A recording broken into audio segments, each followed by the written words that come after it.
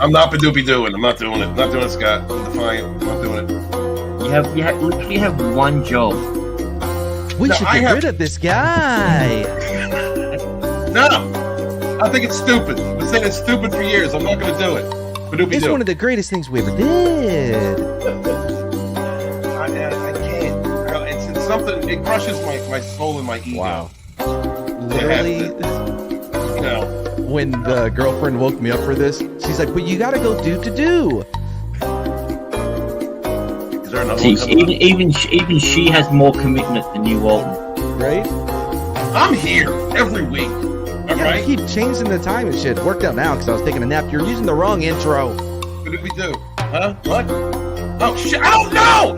Make sure you watch Street Smarts every week. It's on every single week. We haven't missed a single week, not once.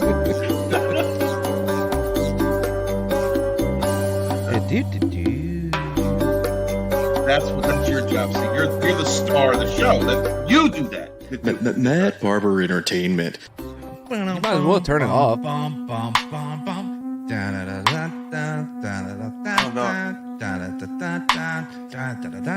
For life.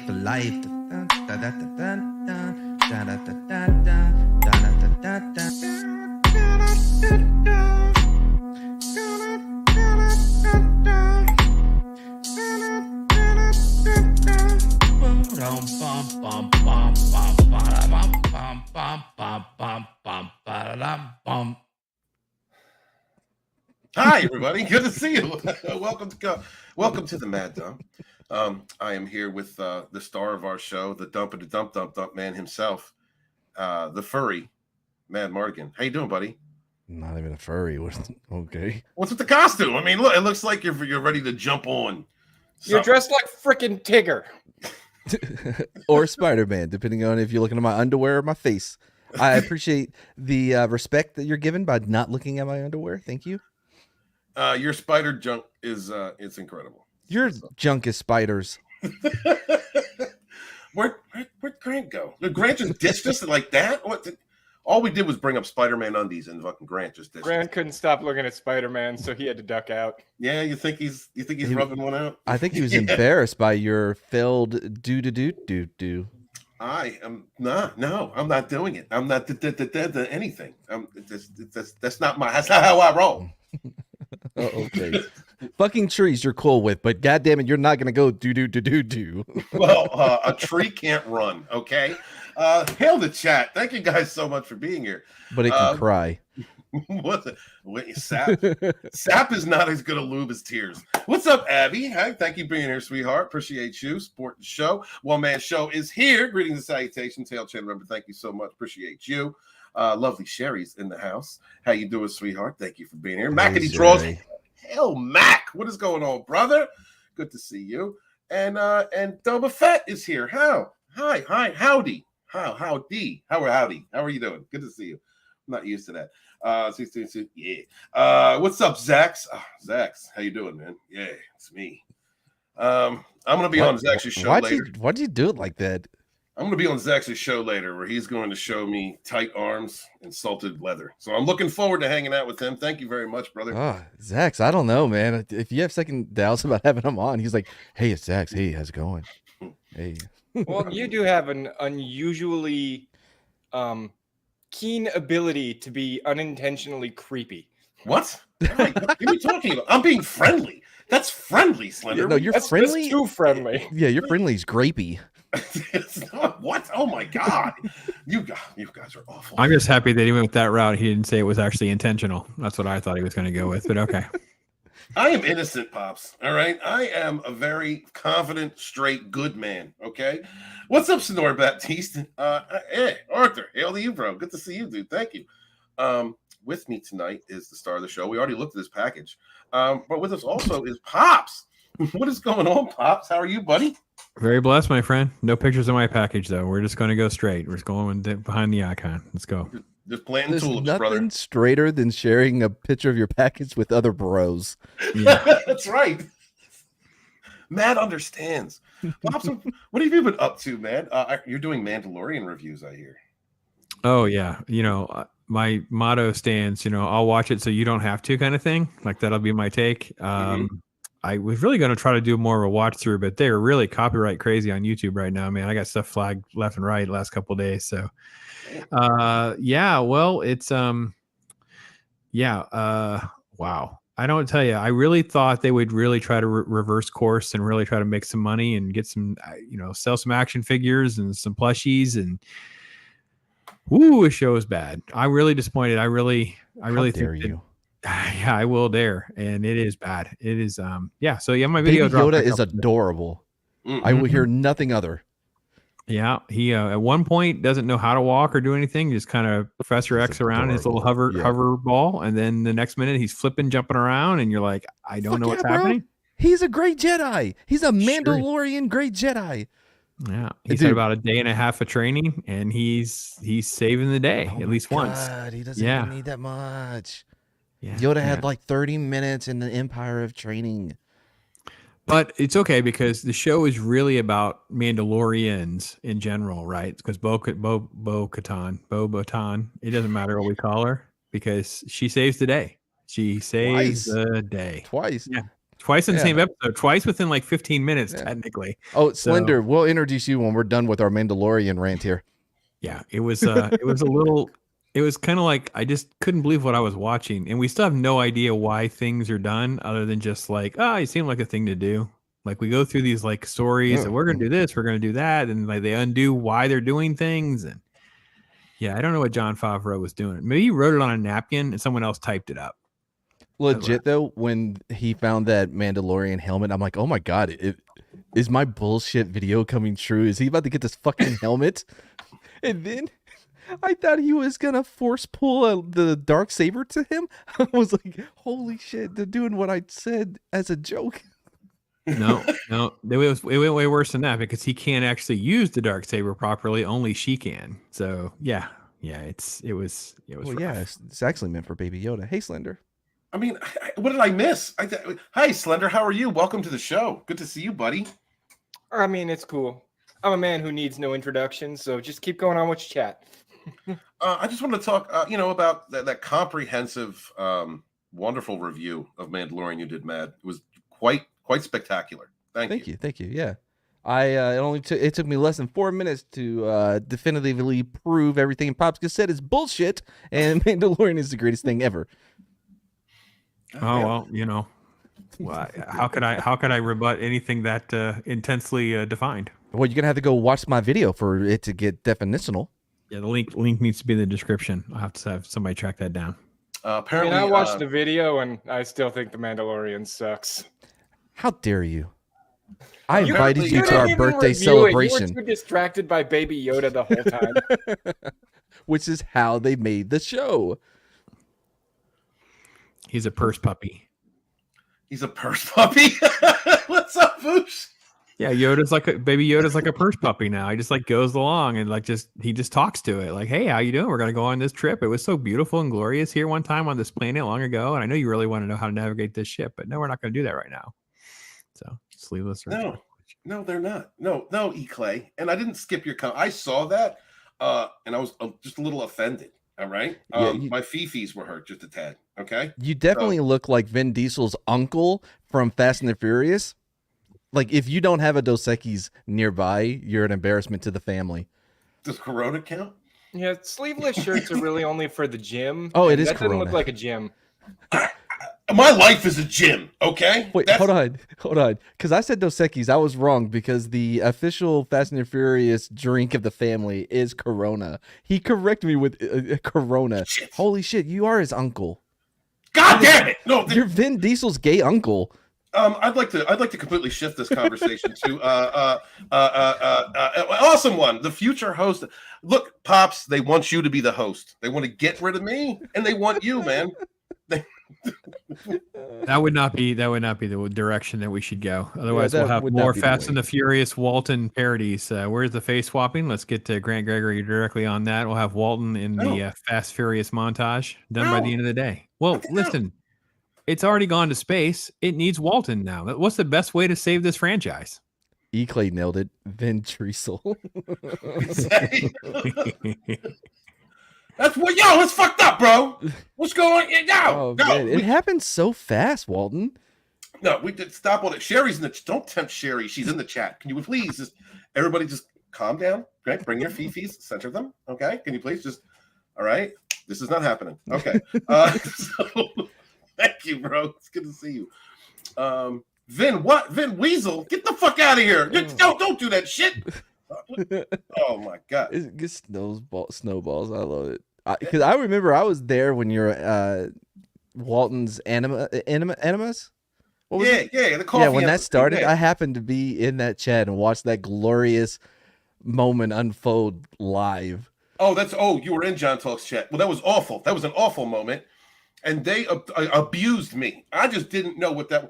Nerd Cookie said that her mom shoves coffee up people's asses, and I just wanted to know what that was about. That's all I was asking. I had never heard of that before at all. All right, who makes a bong of coffee for somebody's ass? Who does that? Oh, Come coffee on. enemas? Yeah, those were a thing once, weren't they? Yeah. I don't know why you're trying to bullshit people like you don't know what things are shoved up people's asses. Like I don't have an ass fetish, bro, Matt, you never been to college. You never had a tampon soaked in vodka put up your ass. Yeah, you have an ass. You have to have done some things with it. Something. Not vodka. No. What, gin? That's weird. He's No, he's that's not what I not denying the coffee grounds. Just for What the record. alcohol You know what did I you like? soak I like tampons sticking a in? Jello shot up there because then it like jiggles around when you're dancing. Yeah.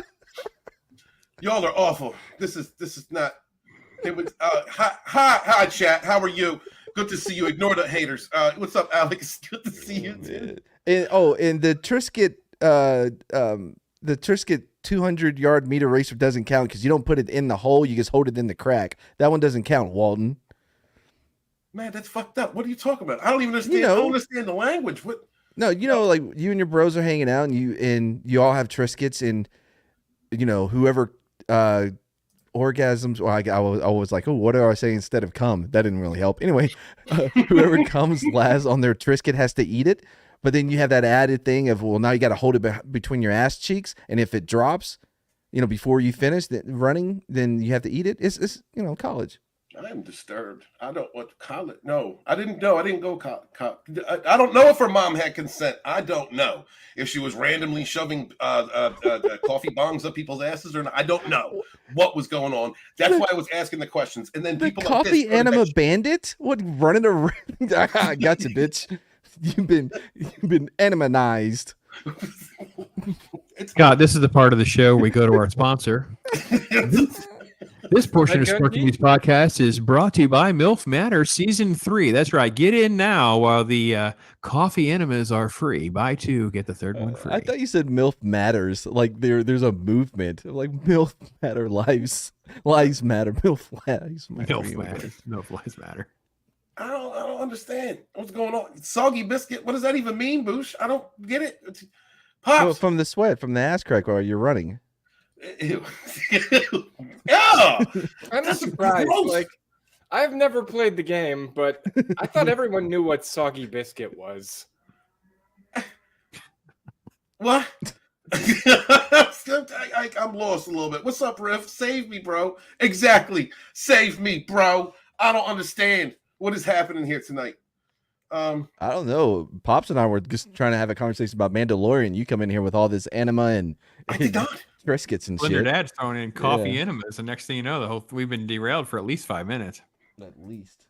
Hey, I only brought up the coffee enema because he was talking about sticking coffee up his ass. Oh yeah, And- he brought it up first. I knew what the technical term was. We are here for comprehensive review of the mayor of Kingstown and to talk about other YouTubers talking trash about each other. That's what we're here to do. One man show. Thank you for bringing it back. Wait, YouTubers are talking shit about YouTubers? Yeah, like Angry new. Joe's coming to Eric July. I don't know, some Who shit. the fuck is that's Angry new. Joe? He's an angry guy on the internet.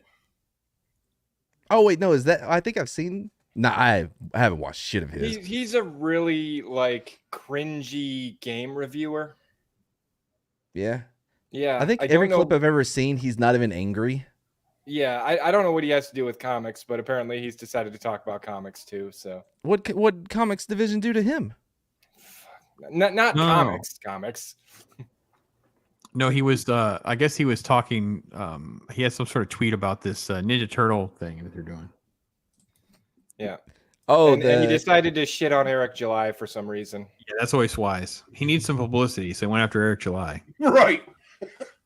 Eric can't hold his own. Let's just pull that curtain back on this story really quickly. Angry Joe's not getting enough attention, so he went after Eric July. So now we're all talking about him for some Now we're reason. going to give him attention. Exactly, Pops. That's I'm right. not talking about him. I didn't watch any of his crap. I didn't watch any of that crap either, but we're gonna clown him a little. We've got a bounding article. Well, So can we talk about Slender? Did you watch The Mandalorian?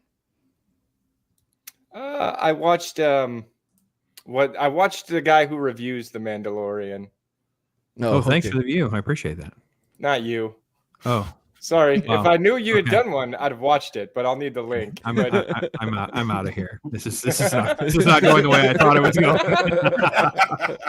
No, Disparu. I watch his reviews because they're pretty Oh, yes, comprehensive. watch the big YouTubers. I see how it is. Okay, fair enough. I got you. I'll say this. In all seriousness, this show is so. I don't want to upset the Star Warsians out there. But is Mythosaur, is that a thing that's been around for a while? Because it's one of the laziest names I've ever heard for a creature. What are we gonna call this one, George? Let's call it Mythosaur. Give me a Diet Coke. This is a show that had a giant alligator attack the Mandalorians who were holding a ceremony on a beach where there was a giant alligator. So they countered with rope. Oh, that was so dumb, bro. I mean, listen, I don't know whose idea. Somebody called out, quick, we're gonna do.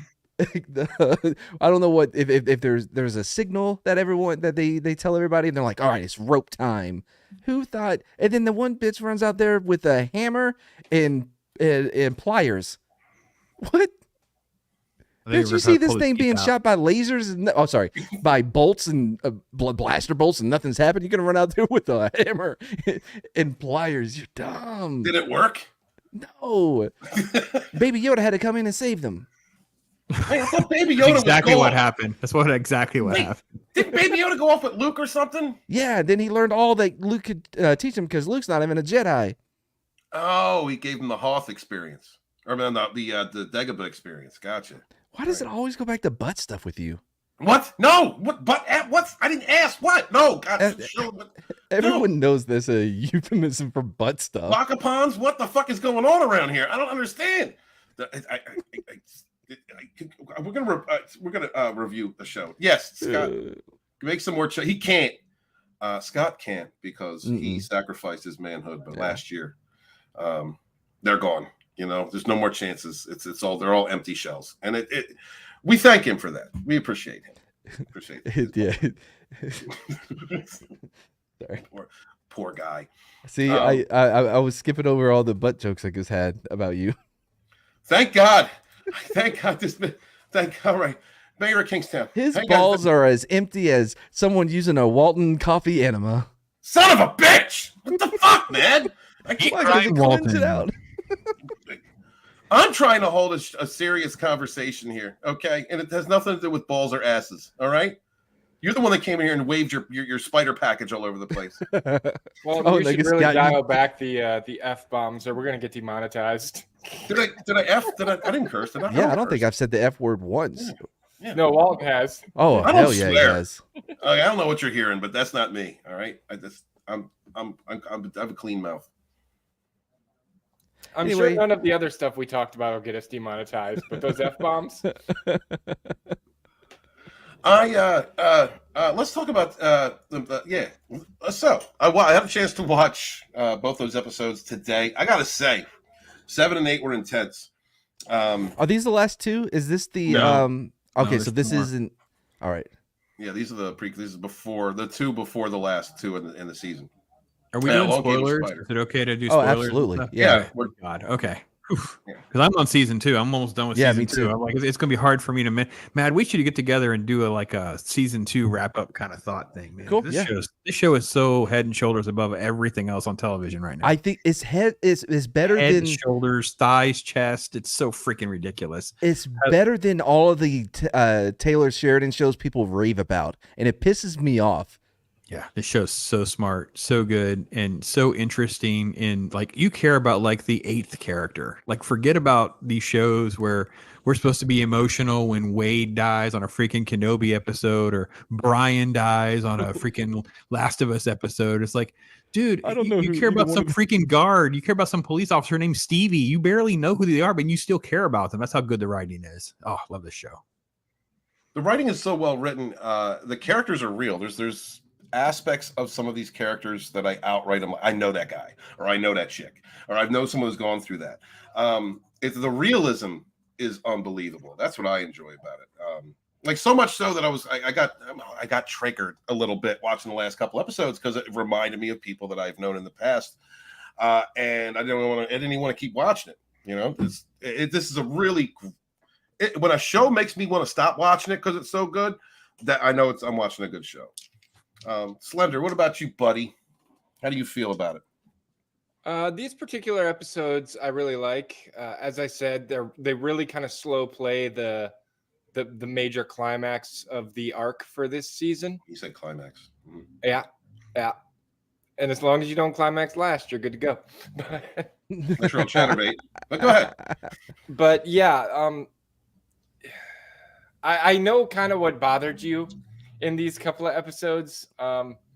We start getting a lot of insight into the character of Iris kind of on the side in these ones, and she is damaged. Like, she is broken, and she is fucking dangerous. Like, not just to the people that she is an enemy to. Like, she is dangerous to everyone around her. I'll say this: her threat. This is one of the better. It's hard to do this and not. It's because it's going to sound like I'm complimenting women. I promise you, Chad, I'm not. I still hate them. I promise.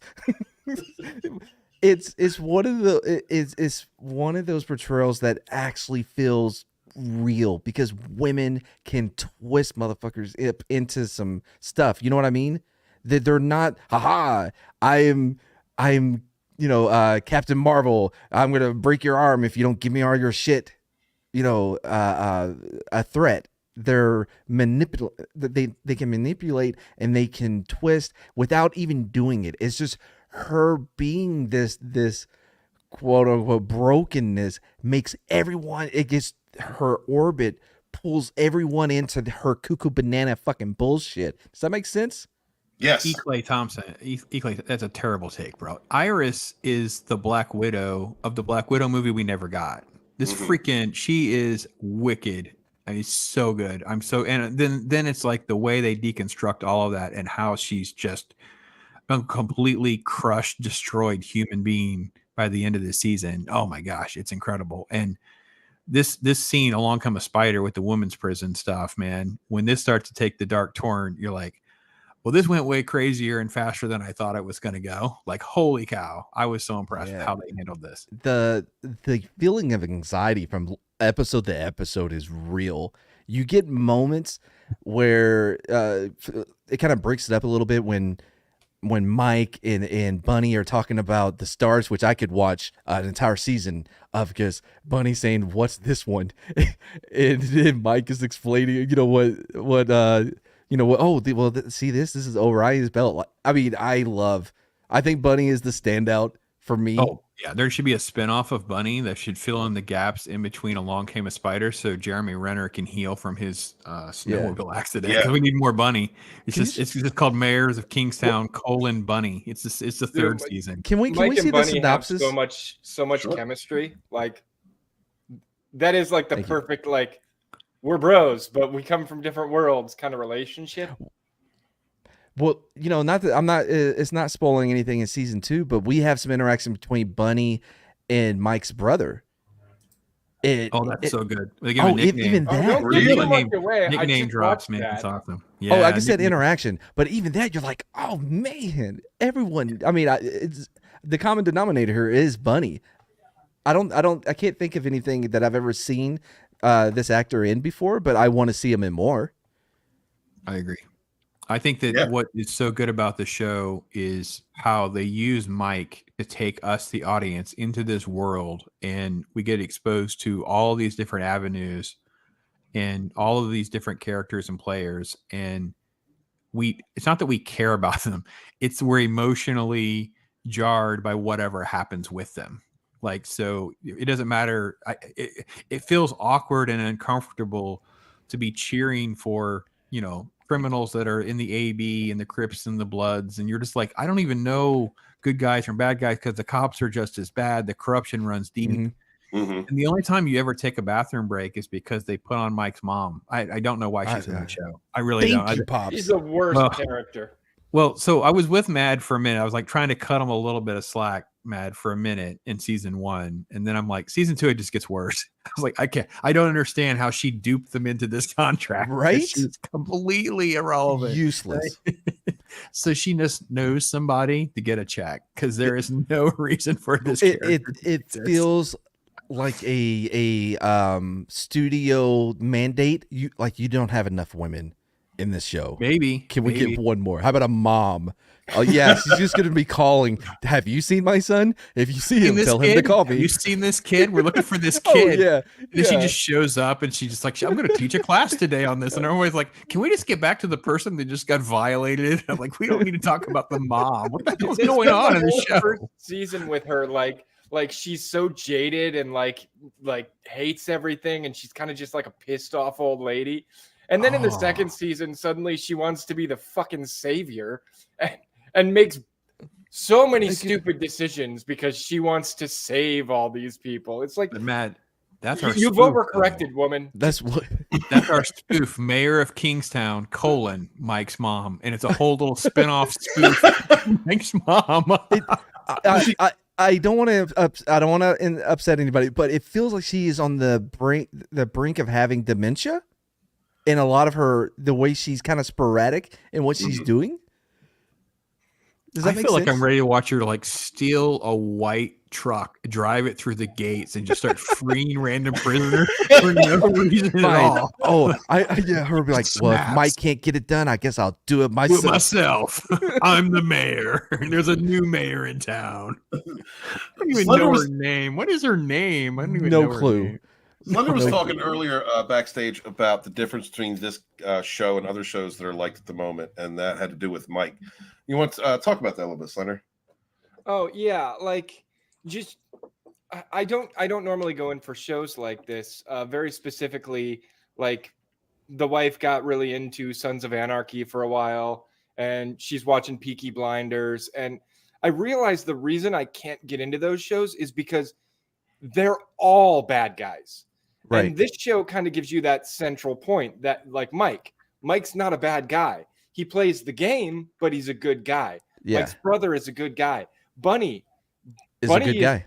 He's kind of a good guy. Like the people are just, they're people. Like, and I think that's the big thing about how the characters are so much more compelling than a lot of stuff out there. They're not caricatures. They're not over exaggerated. Mm-hmm. They're very real.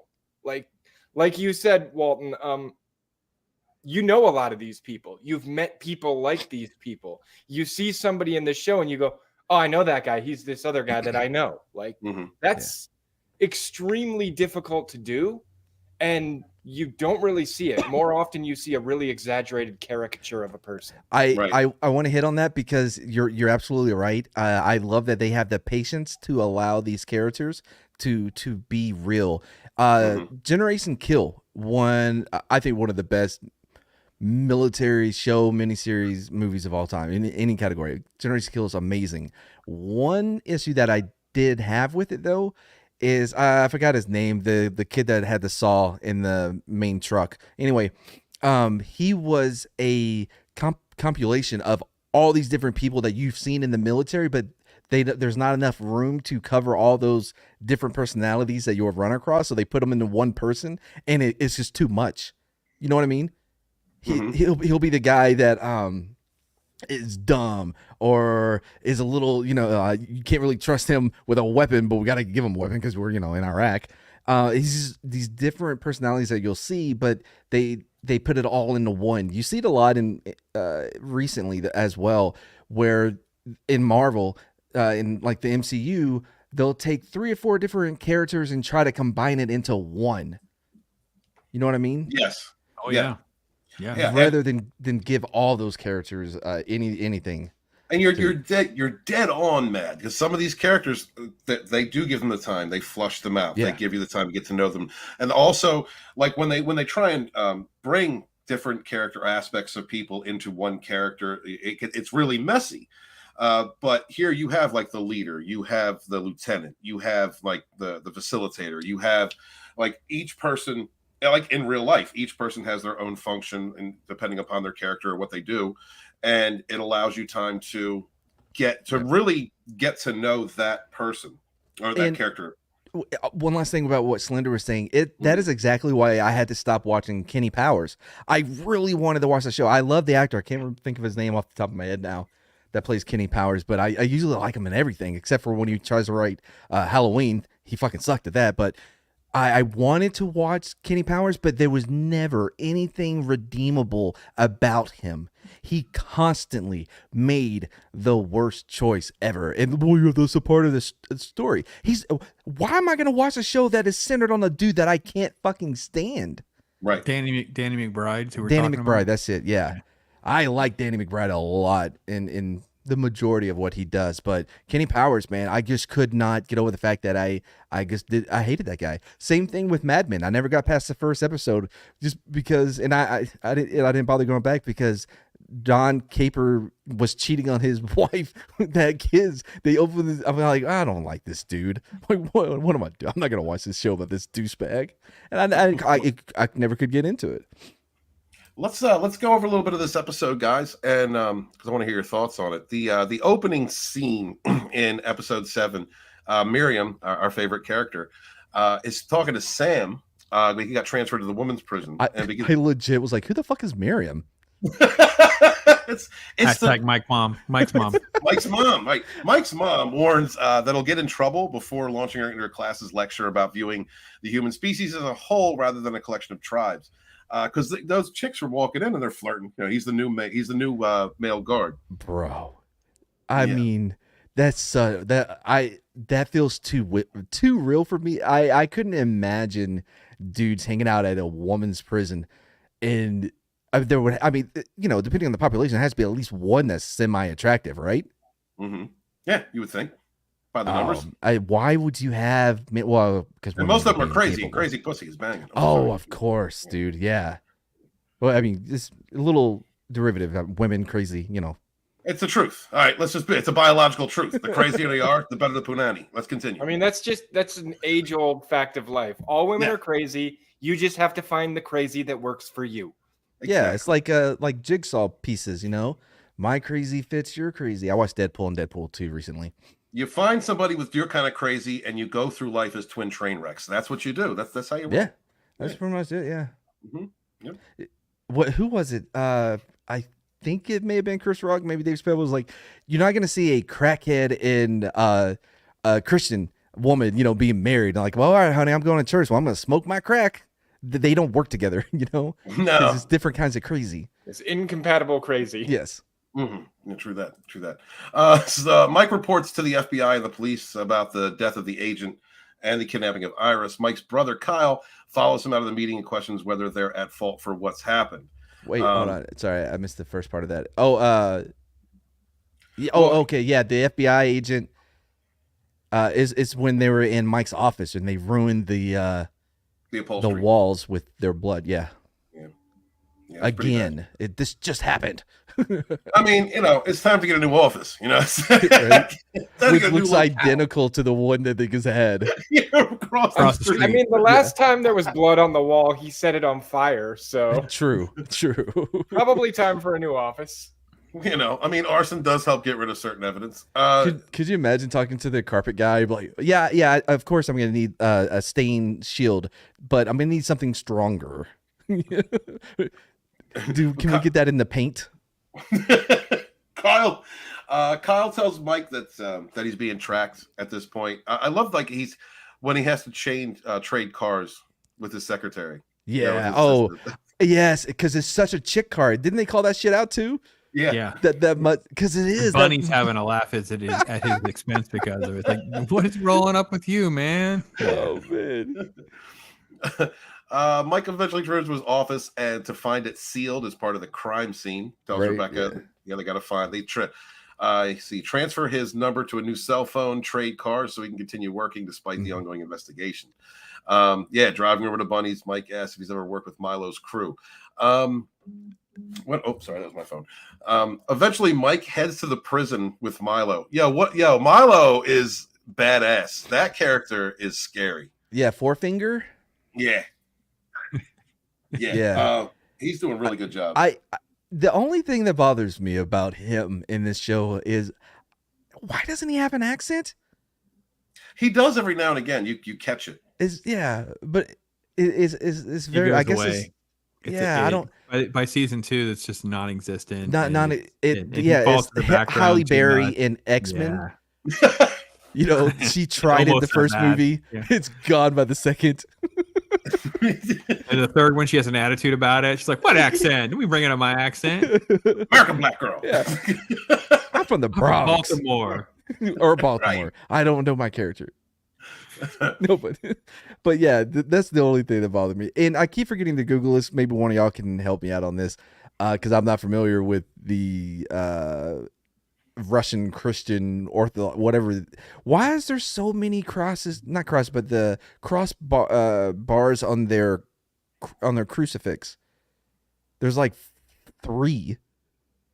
So you can throw a couple more people up there. Specific type of cross, but Yeah. I don't remember what from. I Let me keep look it up. saying Google it, Mad. Don't forget to Google this. It's Russian Orthodox, right? Yeah, And they yeah. have the extra beam at the bottom.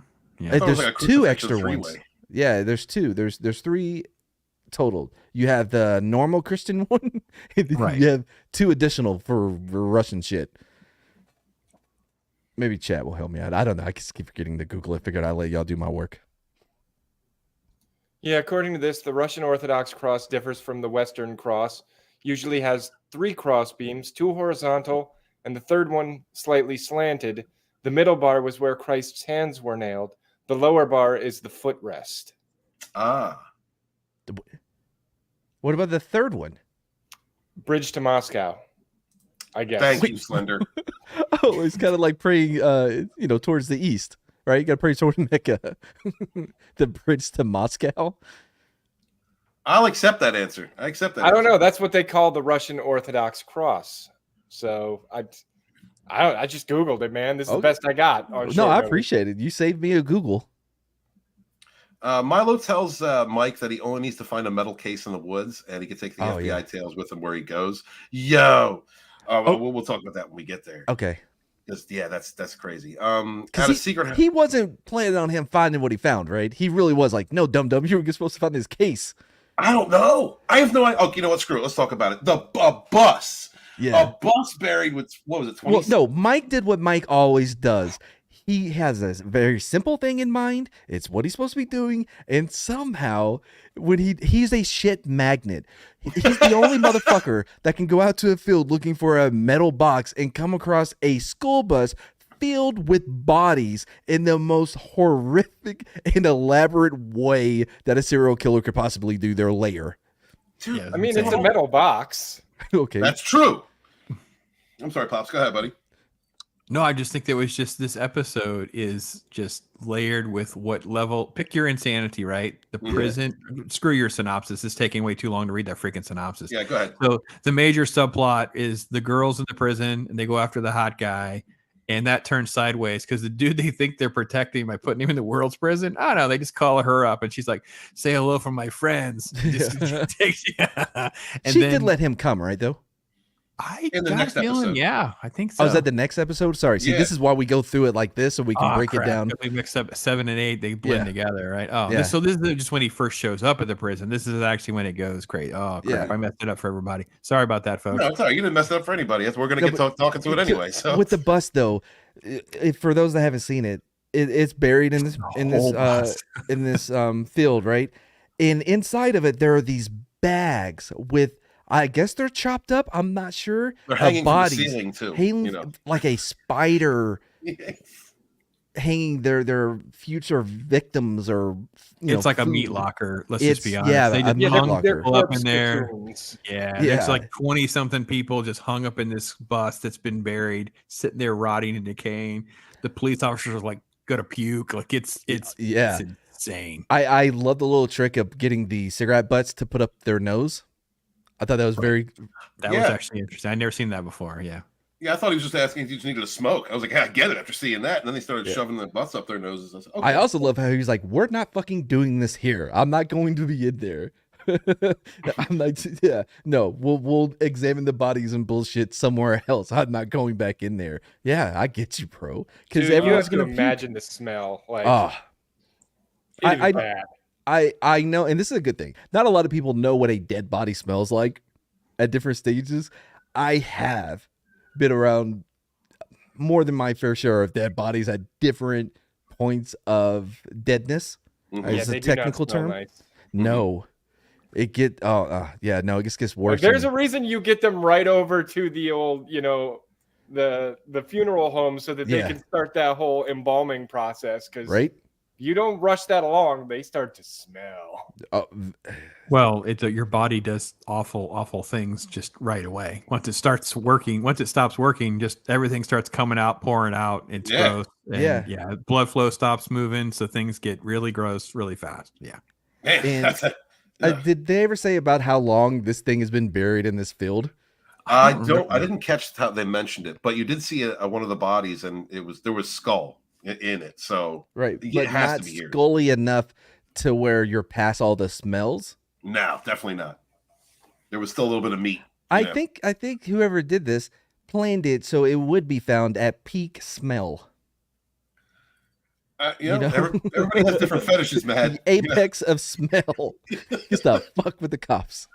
Mr. Bigwig Maging AG Leg Vietnam Ham Jam Fig Steak for $20 says Bridge to Moscow is my favorite 2000s alt rock band. Oh, great! Now we got the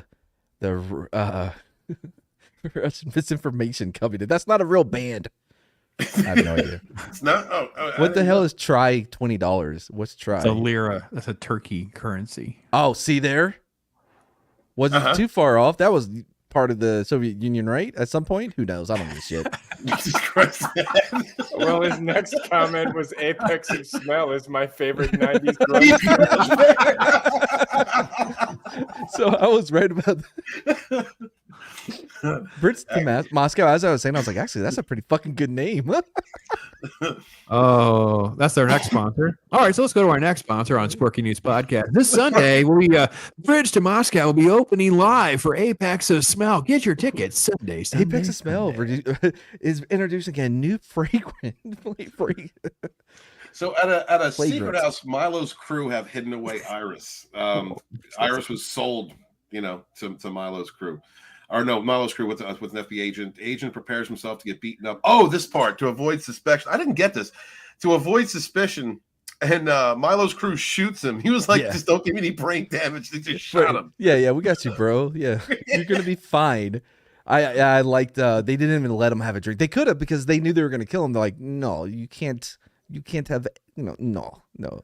Your BAC will be too high. They ask questions. Just lean back. It's a trust fall. Yeah, it's okay. Your brain's gonna be fine. That's not what you got to worry about. I love how like that dude overcompensates for Milo not having an accent by having the thickest accent. Yeah, no doubt, dude. And he two gets his different ass accents. whooped. That dude, and it doesn't stop for season 2. Mike kicks that dude's ass so much. He is in a legit. I would be shocked if he's not at a battered woman's shelter by the end of season 2 because Mike beats this dude every time he sees him. He deserves it. He absolutely That's deserves it. debatable. We'll go on. Well, the dude hasn't figured out not to talk shit. So, Yeah. I mean, he says some shit to Mike that sets him off every time.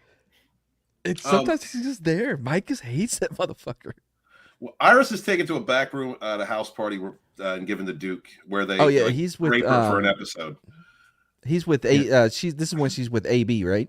Yeah, she gets sold to the ABs, and they basically just pass her around. So I don't know where the line is between episode 7 and 8, but reality is she gets passed around and ruined. Yeah. And then she wakes up the next morning. It's like, hey, you want breakfast? No, all right. Well, you're in the shower with me, and then it's like, right, passed around again. You couldn't take a shower, take a break, girl. Nope, nope.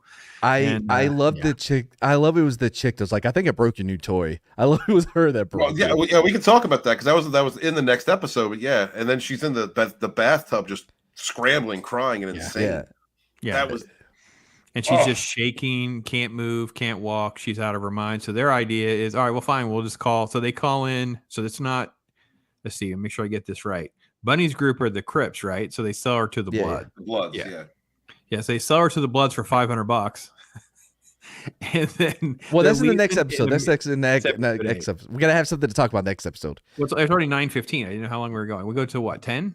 We go until we're done talking about this. Oh, well, then we'll show. talk about Mayor's King's until 11. Then let's go. Yeah. All right, keep going. Back at the women's prison, Sam meets up with some of the other guards from the what he's advised to be a robot and stick strictly to the rules as written. And then that bitch, dude, how can you not? Men are so dumb. You know what I mean? Because you don't think she's setting you up for some shit. You think you're that, irresistible. She wasn't even that good looking. No, so she I don't really know wasn't. why he was so up on it. She had that, I guess that hood hotness. Oh yeah, she was like she's that praying mantis, baby. She had praying mantis going. What I saw in her, right, where you got Iris, who's younger. Like, I'm not taking away from her skills of manipulation and deception. Oh, the girlfriend's like she looks 12. Right, but she's broke. She's still going through the broken and embracing Satan stage. Then you've got that chick that was in jail, the one that was coming at the guard, Sam. She is full blown demonic. She has long ago embraced her demons. And she's the chick that's gonna.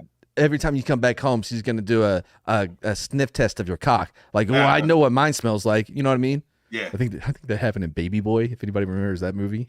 I have known toxic couples who smell each other to test if they have been with. Yes, I swear to fucking Christ. I kid you to fuck not.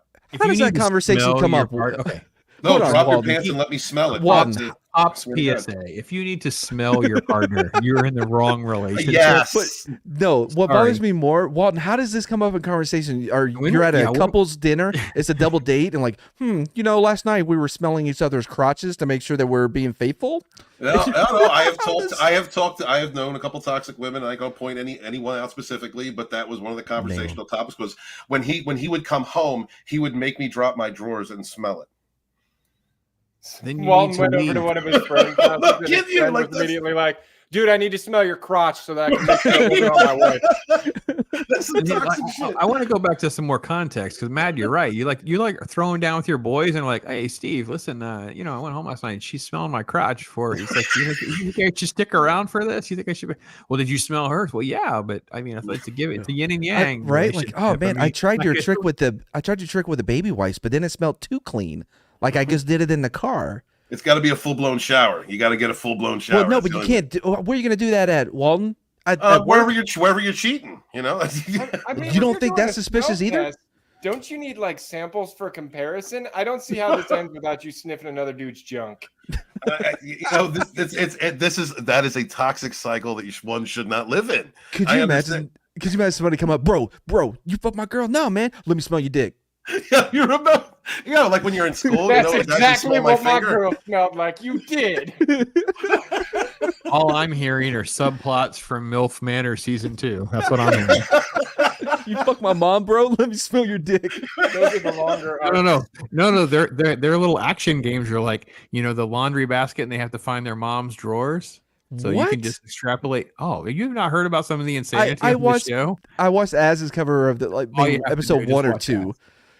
Yeah, the latest episode was about the drawers. They lay these drawers out, and these guys have to find their mom's drawers, I guess. I don't know. It's freaking. So extrapolate that to what Walton's describing, how disturbing MILF Manor should be. Oh my God. They would have to smell to identify which one is, because they all wear the same type.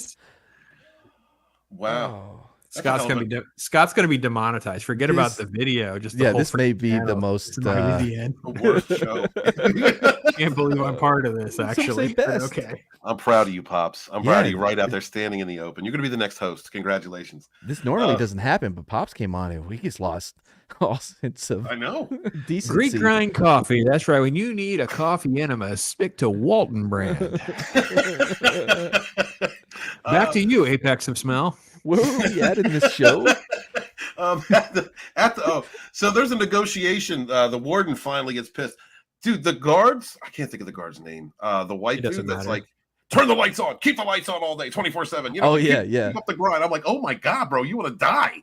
You're like, what are you doing? Dude, P-Dog he's built like, you know, he is a WWE 2K WWE, I forgot what it's called, whatever, create a player build that dude has. Legit, it's just rocking. And I don't this overweight middle-aged prison guard, what are you doing? Like, I get that you have the authority, but you need to understand that this guy will destroy you in almost any scenario. See, this is why I can't be. See, if I was in charge of the MCU or something that a franchise, an IP that actually mattered, that's the dude you call, man. You call Perez Las, which I guess is this guy's name, and you say you're my dude to build around. He's so. That's a freaking Black Panther for you, man. That's a freaking. I'm surprised you went that way, because I think he could also play a really good villain with layers to him, because he is a villain in this for sure. But I mean, the way he's being treated is awful. I don't know. I couldn't even come up with the idea of, hey, I know, instead of food, let's just give him shit. Give him a turn, yeah. What, dude? Is that serious, bro? And when I was talking about on that episode, like he wrote their names down in a list. Oh, you know? yeah. And you're kind of like, okay, listen, I'm not for, violence and shit, like, revenge, but they kind of deserved it. I think he crossed the line. Don't get me wrong. I think he crosses the line, but a couple of them deserved what they got. That's the morality that you were saying up earlier with Mike. Mike warned them, like, well, you guys, you can't break this rule. Like, do you understand what you're doing? It's like, and then it's like he just kept bringing that up time and time again. And it wasn't just the guards; it was also some of the police officers. And it's like, since when did I lose you morons too? Like, you can see Mike's frustration. Like guys, what the heck is wrong with you? Do you understand he will be in the streets? Do you understand he'll be on the playgrounds? Like, what are you doing? He's been telling them since they wanted to take out the meth guy. Yeah.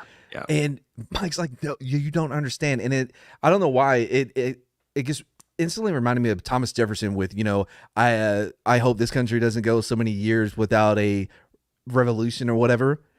It kind of feels like this prison system that they have, because they have been under this delusion of being the authority and being in control, that they've been blinded by that, and this has reminded them, oh, okay, yeah, no, there's other shit happening around outside of these walls, because they get stuck in that cycle of, they show up, they're the authority in this very safe environment that's controlled, this controlled environment, and man, they forget that there's real shit that comes with it, I don't know about you guys, but I'm not like the kind of guy that's going to like just show up at the school board or go downtown to the center. But that scene, I don't know which episode it's in. Again, spoiler alert if we're in the wrong freaking episode. But there's the traffic stop where they pull out and they get the guy in the car and they put the Rottweiler over in the freaking sunroof, and he's still mauling the guy in the front seat when the police.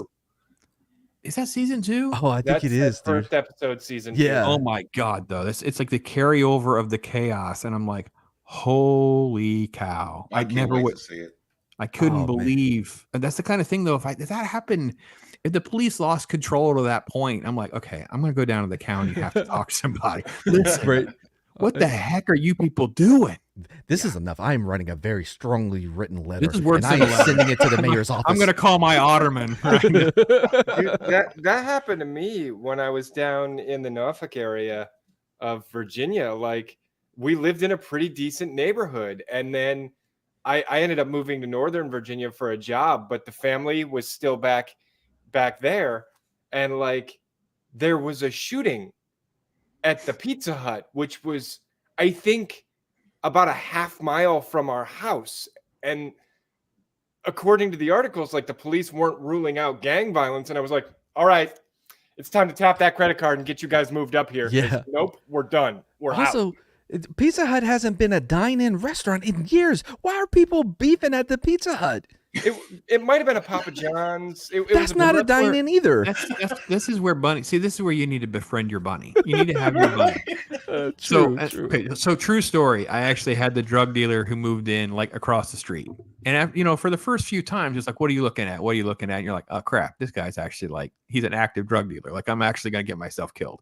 Then I realized all I need to do is befriend this guy and explain. I have little kids. When you guys go on one of your shooting rampages, can you aim it at someone else's house? So he just moved operations around the corner. Now, it was bad for property value. In hindsight, it still wasn't the best decision, but it was better than having them right outside my front yard. Well, Pops, you negotiated. You made a friend, dude. Dude, I was straight in that neighborhood. Man, there ain't nobody gonna mess with us. Like we were totally good. We took care of him. He knew that there was nobody gonna rat on anything that happened down at my end of the road. We're good. Well, he takes care of me, and I take care of him. That's fine. I don't care what he does. As a former cop, I have spent a lot of time around gang members and drug dealers, and I'll tell you this. And whenever we would get a new guy or whatever, and they would left seat, right seat with me, I would drive them around or whatever. I would always tell them just a couple of things. One, the only person that should know you have no idea what you're doing is you. You fake that shit and buy yourself enough time to get back to your patrol car to Google what you're supposed to do next. All right. Mm-hmm. If you're like, oh, I think there's a crime here, just buy time, go Google, hey, is this a crime or whatever, right? And the second thing, you would have the cops that would come in and try to inflict their authority and they would be as loud and big, like, you see this badge, this gun, to try to try to tell people that they are the authority, they are the one to be listened to. Yeah. Rarely, it only works on weak people, right? Anyone with half a ball is gonna be like, what the fuck? So it does not work when you're talking when you're dealing with people that are used to crime, gang members, they don't buy into that shit. You're just loud, From the way I always approached it was I didn't iron my uniform to have all the things. I didn't have boots that you had to shine. I got boots that would look like tennis shoes that look like boots or whatever. And I may have gone on two days without shaving. Okay, this isn't one of those, flat top guys or whatever. And I would build a relationship with people by them having their walls taken down because I don't come off aggressive with people. But my IPC skills were legit. And I deal with guys all the time. And when I came on scene, we're cool because I don't come in with this aggressive manner. You know what I mean? Because at the end of the day, if they're going to hit you in the face, they're going to hit you in the face, regardless of how you approach it. But there are things that you can do to de-escalate the situation, basically. Before you even say anything. Too, though, like there's different situations you're dealing with. Like if you're interviewing is very different than if you're actually taking someone into custody or you're doing an escort or like any of that. Like an interview, you want to build that rapport. You want to have a good conversation. And even if you're escorting or you've got someone in custody, like you shouldn't be yelling and screaming and throwing your weight around unless you're dealing with someone who is aggressively non-compliant. Oh, yeah. There's a line. The only thing is don't ever make requests, give instructions. That doesn't mean yell them, but you are telling them what to do. You're not asking. So I use the ATM method, which I always preferred, right? Ask, tell, make. I would ask them something, tell them something, and then make them. Normally, when they're being a little hesitant with my commands, I will just explain the ATM method, and it would work, because I've already asked you, and I've told you, you don't want to see what the fuck comes next. Get out your car. And it usually works, without even having to get to that last step. And I don't want to get too... there was an incident... not that long ago about a guy that got killed by police or whatever. And I was watching the video at the first location. Everyone's like, just kept telling him to do this and do that. And I'm going to count down from 3. What the fuck? It's not a toddler, bro. I lost my shit when I heard him say, I'm going to count to 3 and you better do this. What? Yeah, giving them a countdown is never a good idea because what if they call your bluff? The closest thing I did, I was processing somebody in, and I'm filling out paperwork, and all of his stuff is on the table, and he's standing there, and he reached for his cell phone, and I smacked his hand. I went no, and pointed at him like he was like, "Good." Oh, God damn. It's because no. All right. Move on to the next episode. The Devil in Us. Let's go. Wait, over how it. did? Are we in the second the episode 8 already? How does 7 end? Yep. 7 bus. ended with. Well, 7 ended with the bus and Iris being passed around, and then, okay, all right. Sam was being flirted with by the inmate. Oh, yeah. He came by during Her lights name is out, and she Cherry.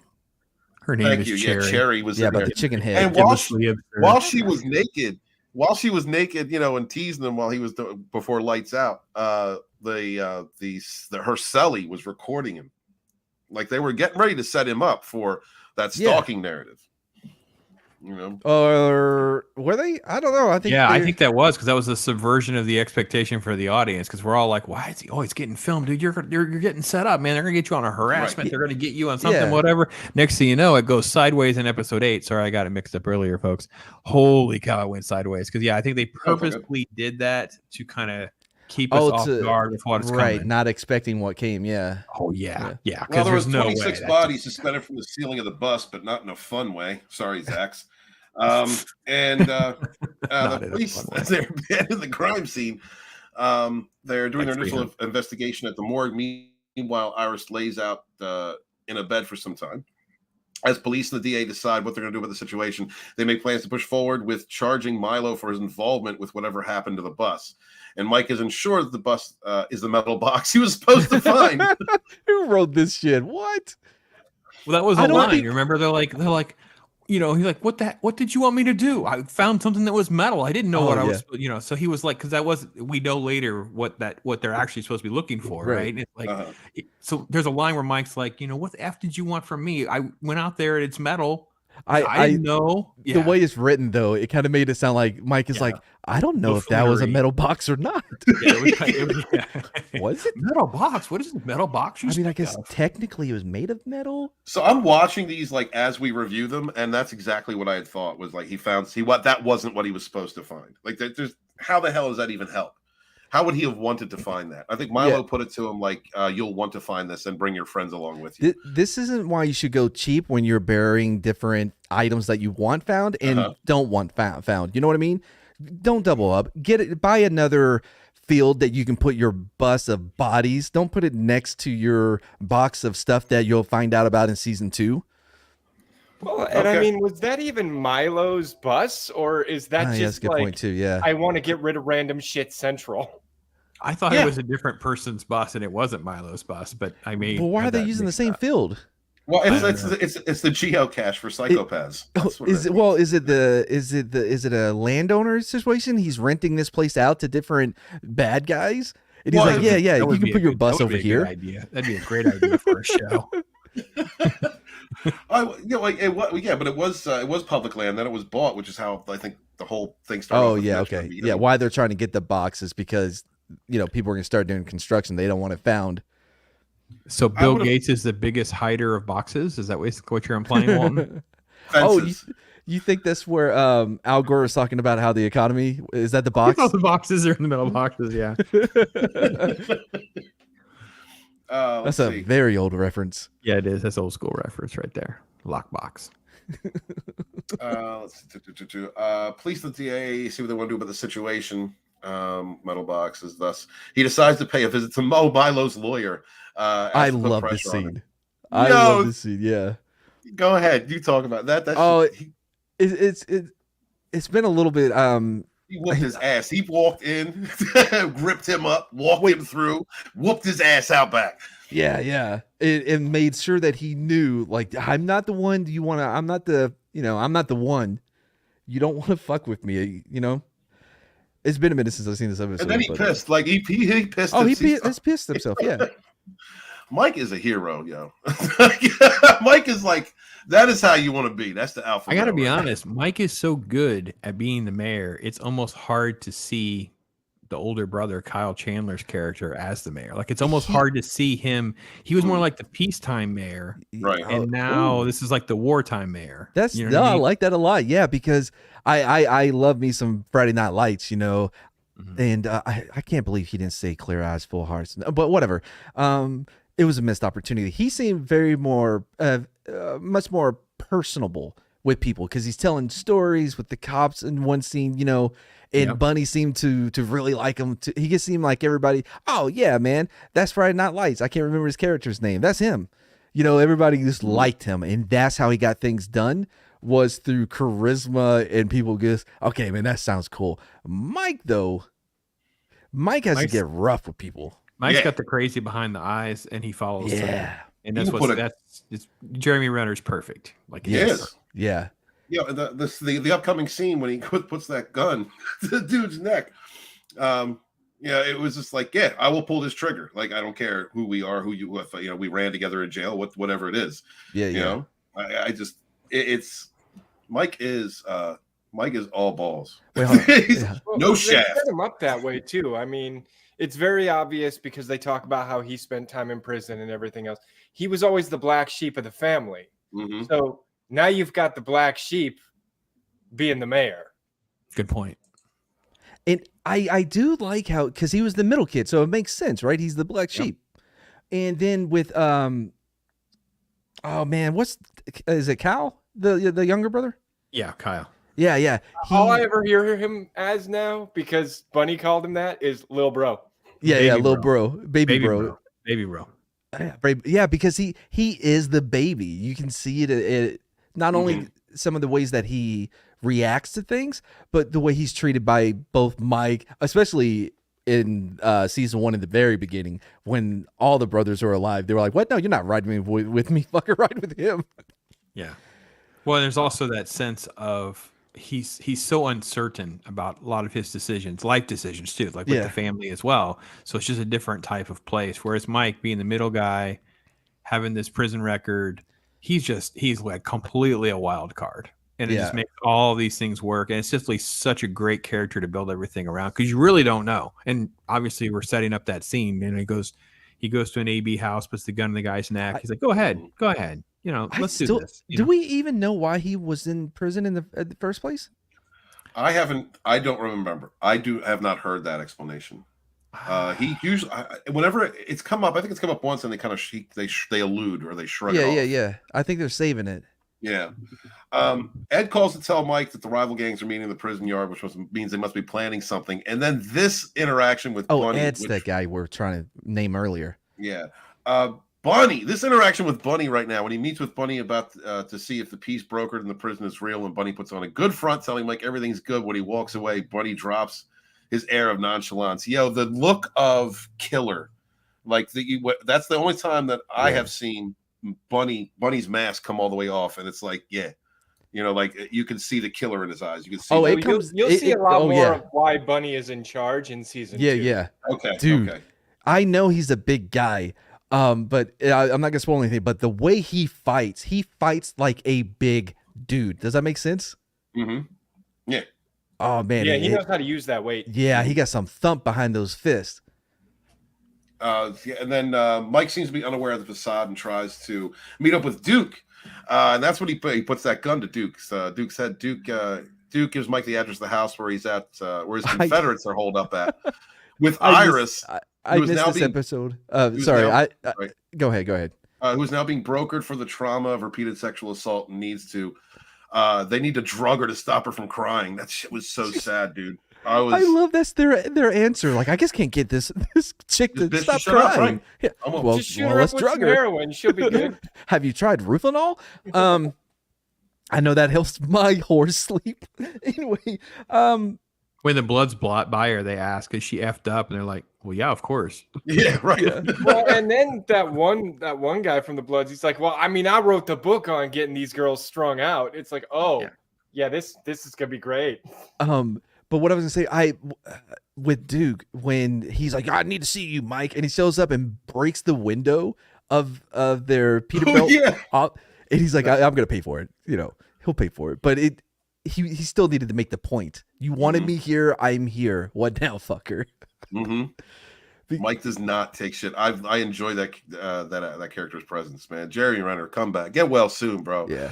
It's crazy. I can see why women find him attractive, but I'm also like, man, he is not your typical Hollywood leading man as far as looks, It is 100% his charisma and personality. Yeah. He's got that rugged look. Yeah, that old man look. He would have been perfect born in the 1800s, But wise, strong, straight up the gut. No, not fucking around. That's that look he has, and I really appreciate that. Earlier in his career, he had the look of, is this guy 50 or is he 20? What's up, Monkey Cheapers? Thank you for joining us, man. I mean, he was buying beer for everybody when he was 12. Growing absolutely. Up, He was getting cigarettes back when they were $1.20 a piece.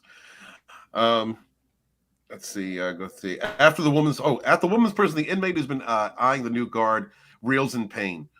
Perfect play. So fake. He fell for this shit. I love how they didn't make her convincing as an actress for it either. So you really know this guy's dumb. She's like, "Oh, my tummy." Like, man, I do that to get out of washing dishes. Come on. But I mean, the ploy of it, getting him to that point and then have to have sex with him, and then like I'm watching that scene unfold. I'm like, no, you dumbass, no dumbass, no. Now she's gonna want you to nut, and then the next scene, she's like, go ahead, come, and I'm like, no, evidence. What are you doing? Yeah. So is that what you were thinking? I was like, man, well, at least he's letting him. Yeah, right. I get. I know. I saw that as, honestly, I did not. When she pulled the pencil out of her hair and stabbed him in the neck, I was taken back. I didn't think it was going there. I thought they were going to just try. You thought they had a chance. You're like, oh no, I really thought they had a chance to make something of this. Power couple. Their toxicity alone would create joygasms that homeless would feel in Shanghai. No, I did not think that.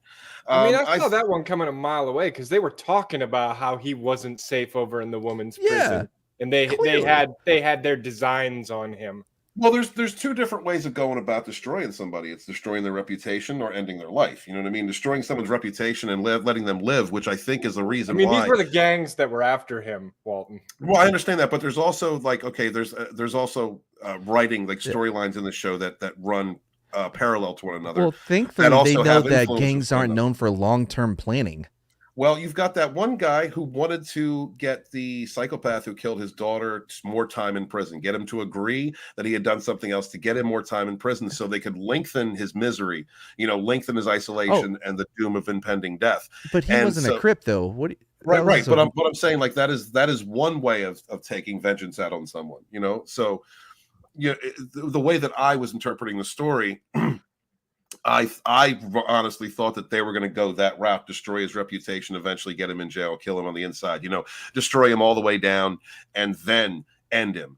But I didn't expect them to pull the knife so soon. I didn't expect her to kill him like that. That's kind of where I was going with it. Yeah, I think they just needed to get him out of the way because there's bigger shit about to happen. Apparently. They didn't want it to go returned. His bullshit with P-Dog. P-Dog, man. I feel bad for making him. the move, man. P-Dog makes the move. That's a real nickname because you know how fucked up it is. P-Dog, that's what my nickname, because you can't give yourself a nickname. You're stuck with that. Damn. And then for people to take you serious, it molds you. I think a lot of people's personalities. The leader of the gang is Bunny. That one I get. It's better than Rabbit. So I guess I was the only person watching that who didn't think he was going to die. I guess I was on the fence with you in the sense of I didn't know he was going to die in that moment. Because they basically had him cooked, right? They had him set up that he was. I thought maybe this was a blackmail. I thought it was going to be more like a blackmail move, right? They were going to try to. He's got him on like a, obviously there's evidence all over her, right? So then I thought, well, then they're going to use him in a situation, and then they'll take him out. But reality was either way it works, and it's a great pivotal moment in the season. It's freaking awesome. It was. when Iris is in a drugged out state, Duke sells her to another gang. We went over that, and then Mike meets up with him. We kind of went over that. Guard finished having sex. Here we go. As Iris is driven away, the car detoured to an area clearly of a rival gang, and the van pulls alongside them and opens fire. So yeah, the Crips came to kill the Bloods, and they took Iris. Yeah, they're like, hey, buddy, you're not gonna believe this, but the other way man, around, right? we killed those Bloods, and we found a white chick in the car. Obviously, we brought her with us. Right. You can't let a good white girl go to waste. No. And Mike, I think she belongs to you. That was the best part. You're the only white friend that I have, so she must belong to you. Like, well, I only know one other white person. Yeah. No, it's the whole they all look alike thing. He was Right, like, yeah. well, I know Hey, Mike, and I've this may seen be Mike your with cousin." a girl, and this looks like a girl, so it's got to be the one, right? Gotta be Right? Mike's, right? Like a cousin. That's not racist to say. My gosh, that'd be that's a great scene for our Mayor of Kingstown, Mike's Mom series. Yes. She could teach her lessons. Let's see. Oh Lord. Mike drives to Duke's.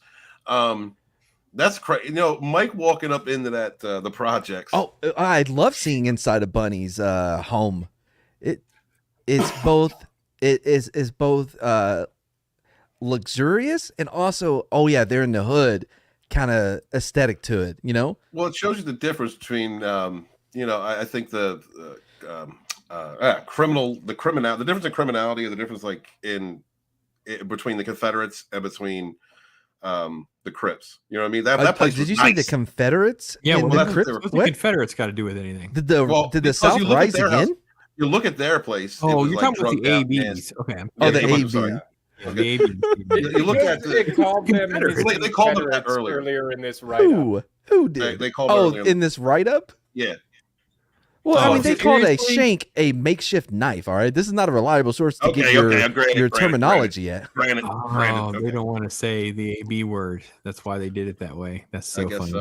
so. I read off it. That's my bad. So, well, you see the difference in how it's like, bikes, drug whores, it's just disgusting. And then you look at Bunny's place, it is clean. They got a room for mama and the babies. They got a room for all the players to sit around and play video games. Everything looks good. I'm not one to defend the AB, but that could have just been like their clubhouse. You know what I mean? Okay. They could have had a Sure. normal house somewhere Okay, else. so, yeah, they have a I don't crack think that house was somewhere where like they all. the main base. I think that was the fuck shack. Yeah, that was the fuck shack. Exactly. Yeah, because we also have evidence in, I believe it's the next episode, when they find what's happening in the one bathroom. I don't think you want to live in the house where you're doing some certain things. Oh, well, no, that wasn't for their enterprise. That was to get rid of evidence.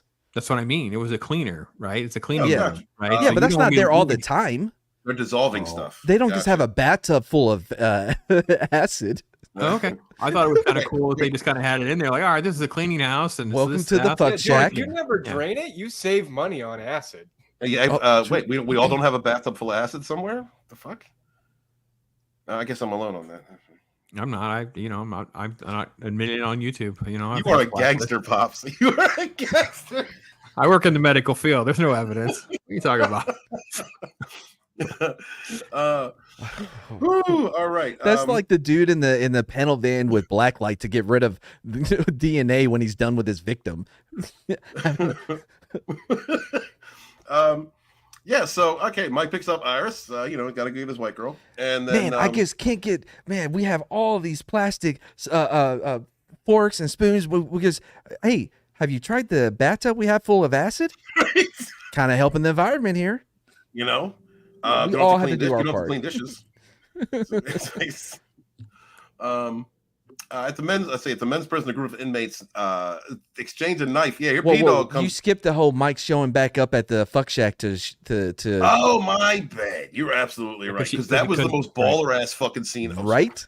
Yeah, because he pulls up. He's like, he just wants to see her face, and he Well, sees her face, and he knows it's Duke. He knows he's in the right place, and then he just goes through that place. Yeah, he said, "Is that I love how him?" he asked. Was Yeah. it him? Was he one of them? Yep. Right, and she Boom. freaks out, and then Yeah, shot it is right through the done. windshield too. Didn't even give a damn. Didn't even get out the car. It was just you're dead. That was Mike. That by the way, that is the proper response for a group of grapers. It went right through him, the whole freaking house, every last one. I love when he shot the dude with the shotgun, saw the chick dip in the room, grabbed the shotgun, blew a hole through the freaking door. Love that. Yeah. That's how you do it. It was great. He cleared each room as he went along. You know, he never left anything, not cleared behind him, so he didn't have to worry about people jumping out. Yeah, he did it right. It's very effective tactical movement. Yeah, it's part of what I like about the show is it's never exaggerated or stupid, and they're never conveniently stupid for stupid's sake. They do intelligent things. I did Toxic Tuesday with Nick about John Wick 2, and one of the things that bothered me was seeing him just walk past, full auto AKs and AR-15s, and then immediately run out of ammo and have to fight. Pick up one of the rifles, bro. Mm-hmm. I hate that in all movies. I can't stand these shows where they do something. You just don't pick up the gun or the weapons that are on the ground and your enemies have and stuff like that. And I hate seeing bad guys run to the good guy like they have to hand deliver bullets. You have a gun. It is specifically made so you don't have to run up to them. Dude, I hate in every movie where they feel the need to walk up on the guy that they've got the gun on and put it directly to his chest or head. Yep. It's like, you have a ranged weapon. Yeah, you have thus just given up your advantage completely by closing the distance. I forgot what movie it was. This guy was holding the dude at gunpoint. He chambered a round, right? It was a Glock maybe or something. And then he was like, and the guy he's that's at gunpoint. He's like, well, what are you gonna do now? You've already chambered the round. You can't intimidate me more now. Because you know what I mean? Because he was trying to intimidate him more, but he already chambered around, so there's not that extra move to it. So anyway, but I mean that's the point where you shoot him in the leg and you go, "Are you intimidated?" I hate movies, and I've been noticing it a lot in different stuff. Is every time somebody, points a gun, it makes a sound, even if that gun does not make that sound. Has anybody else noticed this? Dude, Absolutely. most guns don't make that sound when you draw them or you holster them or anything. But in movies and shows, they're like, well, how are they going to know it's a gun if we don't give the sound? Yeah, they always have those sound effects like, well, the gun has to have some action sounds. And it's like, no, it's just a gun. Well, because it confuses me. I'm like, wait, what did they just do with the gun? And I'm out of the show now because now I'm trying to figure out what. Did they somehow pull the slide back while they were drawing the gun? I don't know what happened there. I love the sound of cocking a hammer on a Glock. I'm like, wait, what? Or you got the safety on? No, it's a Glock. What? Yeah, my son, it's almost impossible to watch an action movie with him because that's all he does is overanalyze every single weapon that's being used, and it's like, oh, you couldn't hold that like that at that angle. You have to be so strong, and you have to do. It's like, oh gosh, okay. I love watching movies with you, but you can't be this. Yeah, and it's because they don't have. That happens with me with a lot of military movies. The wife just can't watch them with me because I'm like, no, that's wrong. They wouldn't do it that way. That's stupid.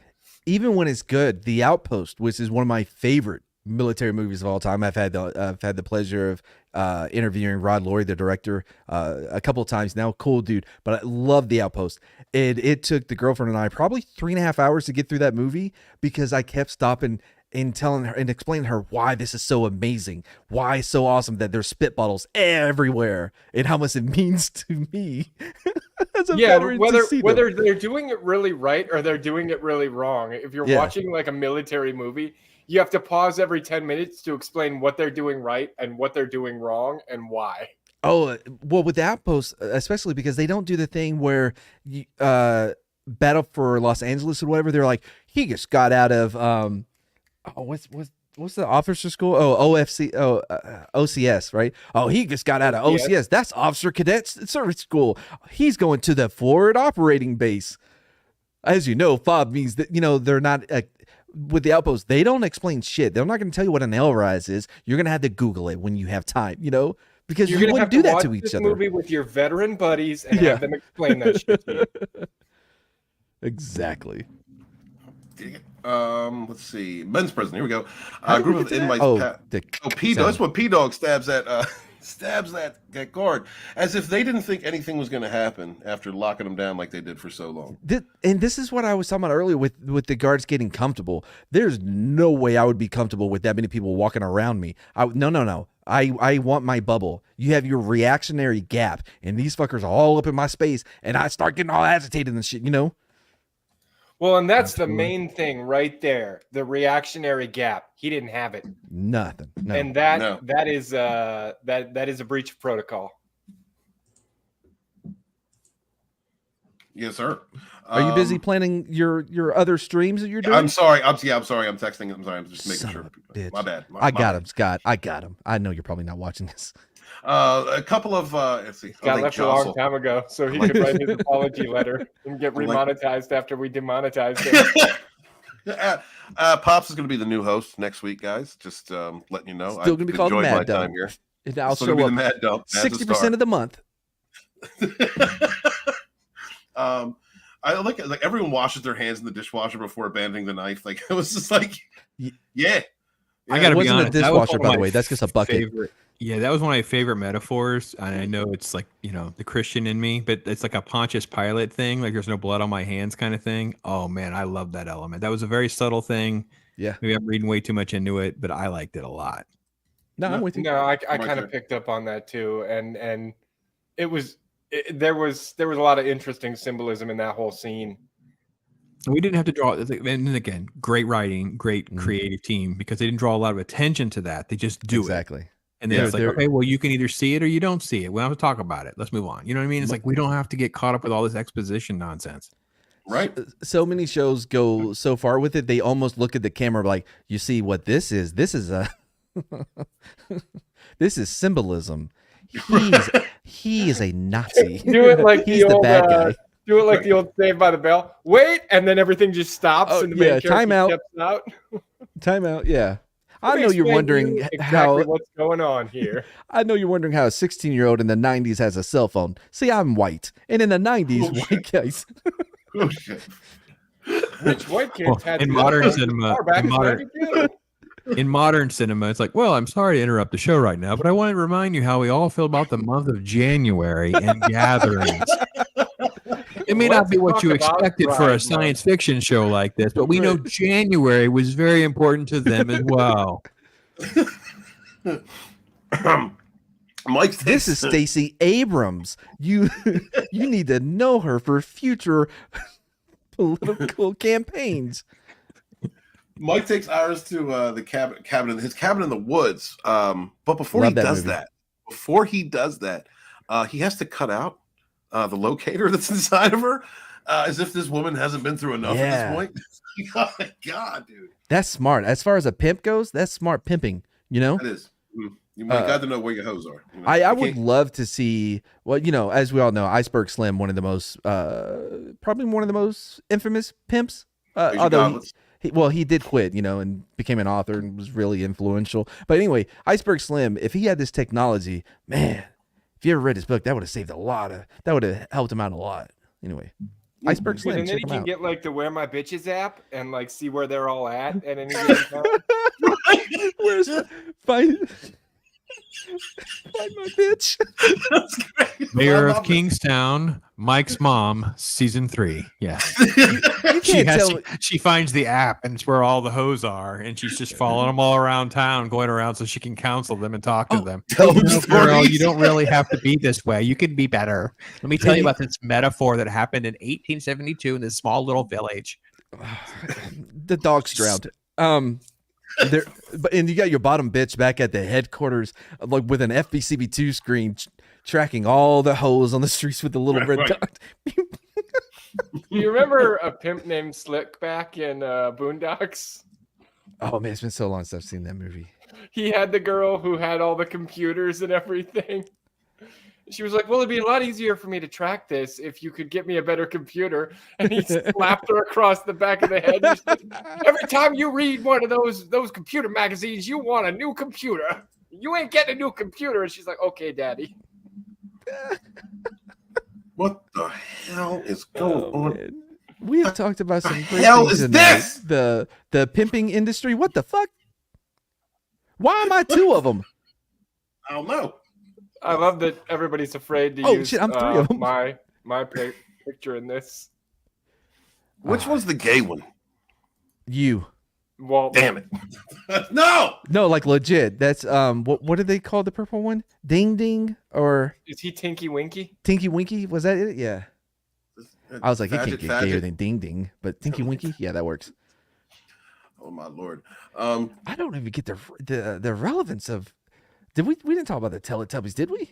We didn't, but tonight. apparently we're Teletubbies now, bro. At least you're 3/4 of a tubby.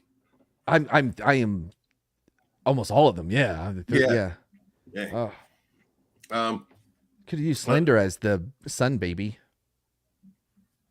after they finish, Iris jokes about being this being a strange date before revealing that she's never been on a date.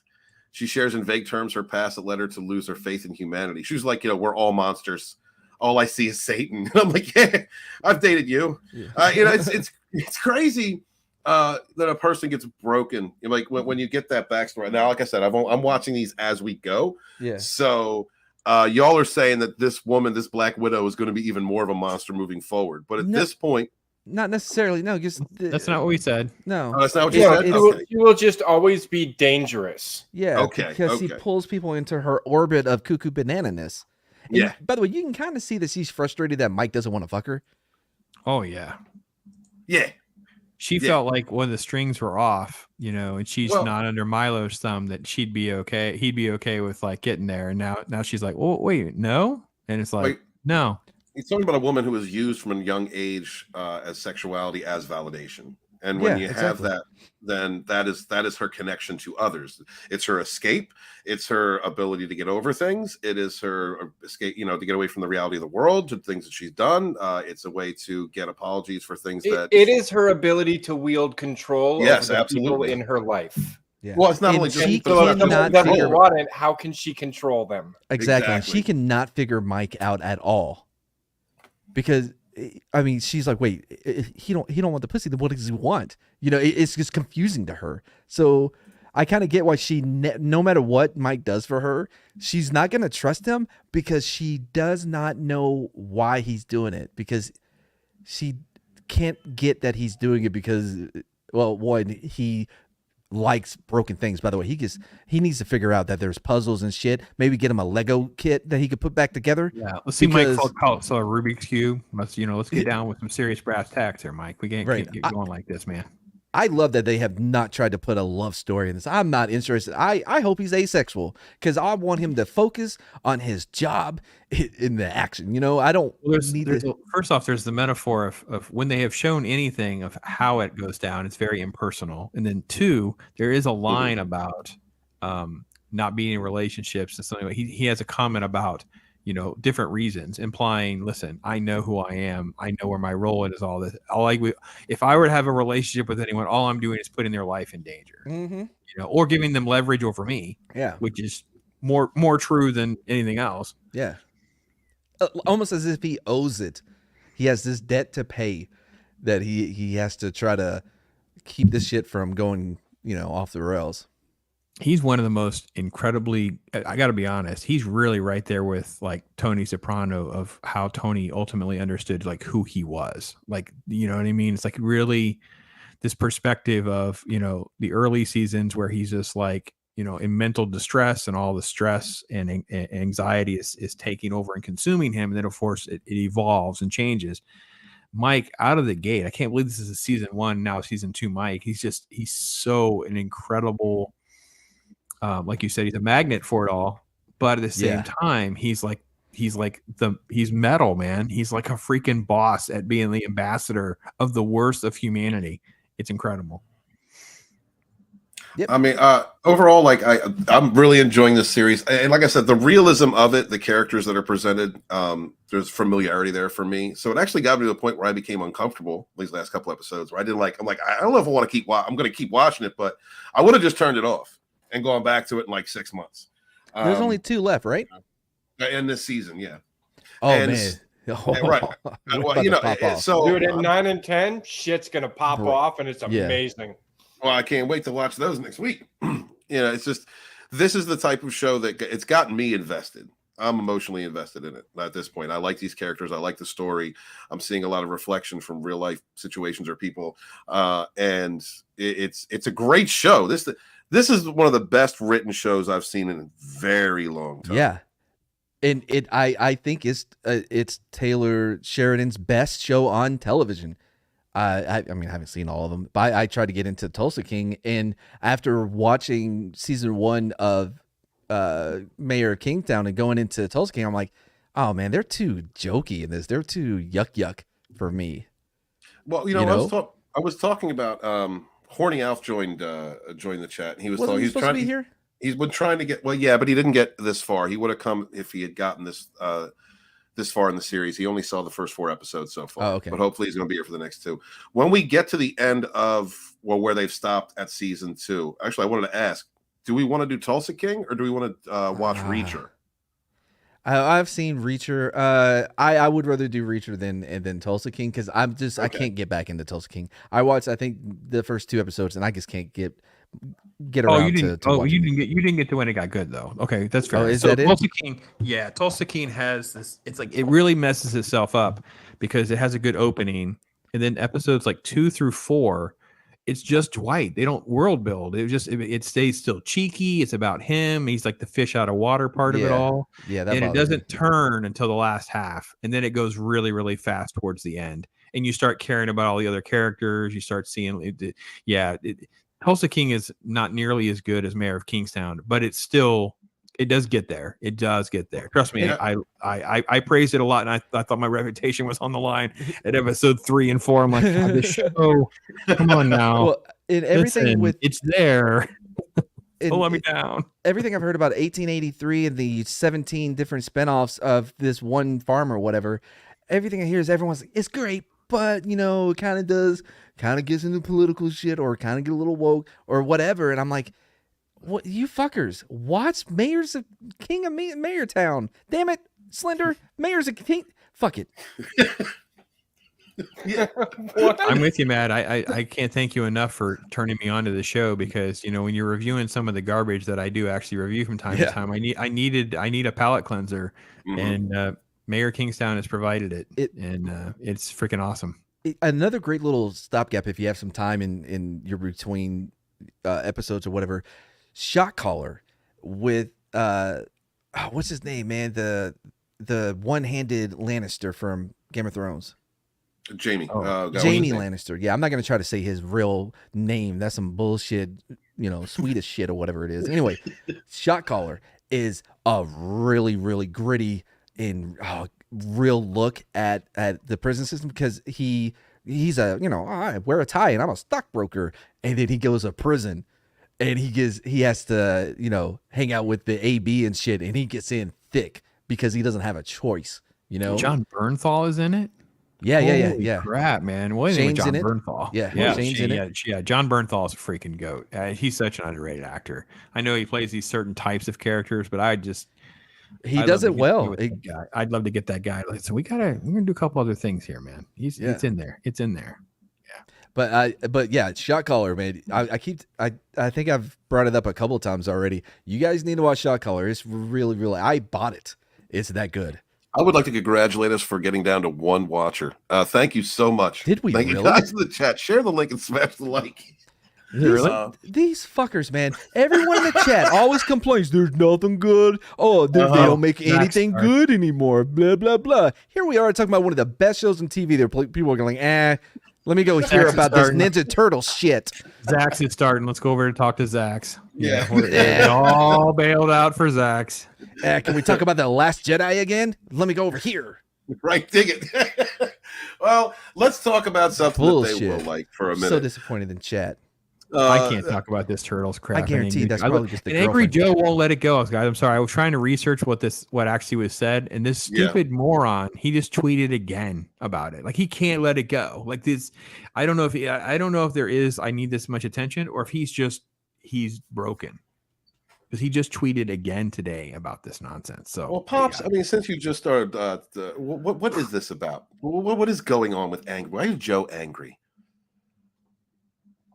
Well, Joe is angry because he's gotten called out for like the love of he didn't say love. So they got this crazy fat black race gender swap nonsense with April O'Neil in this version of Turtles, right? Fuck. I can't believe It's how many people are insanely falling for crazy. this.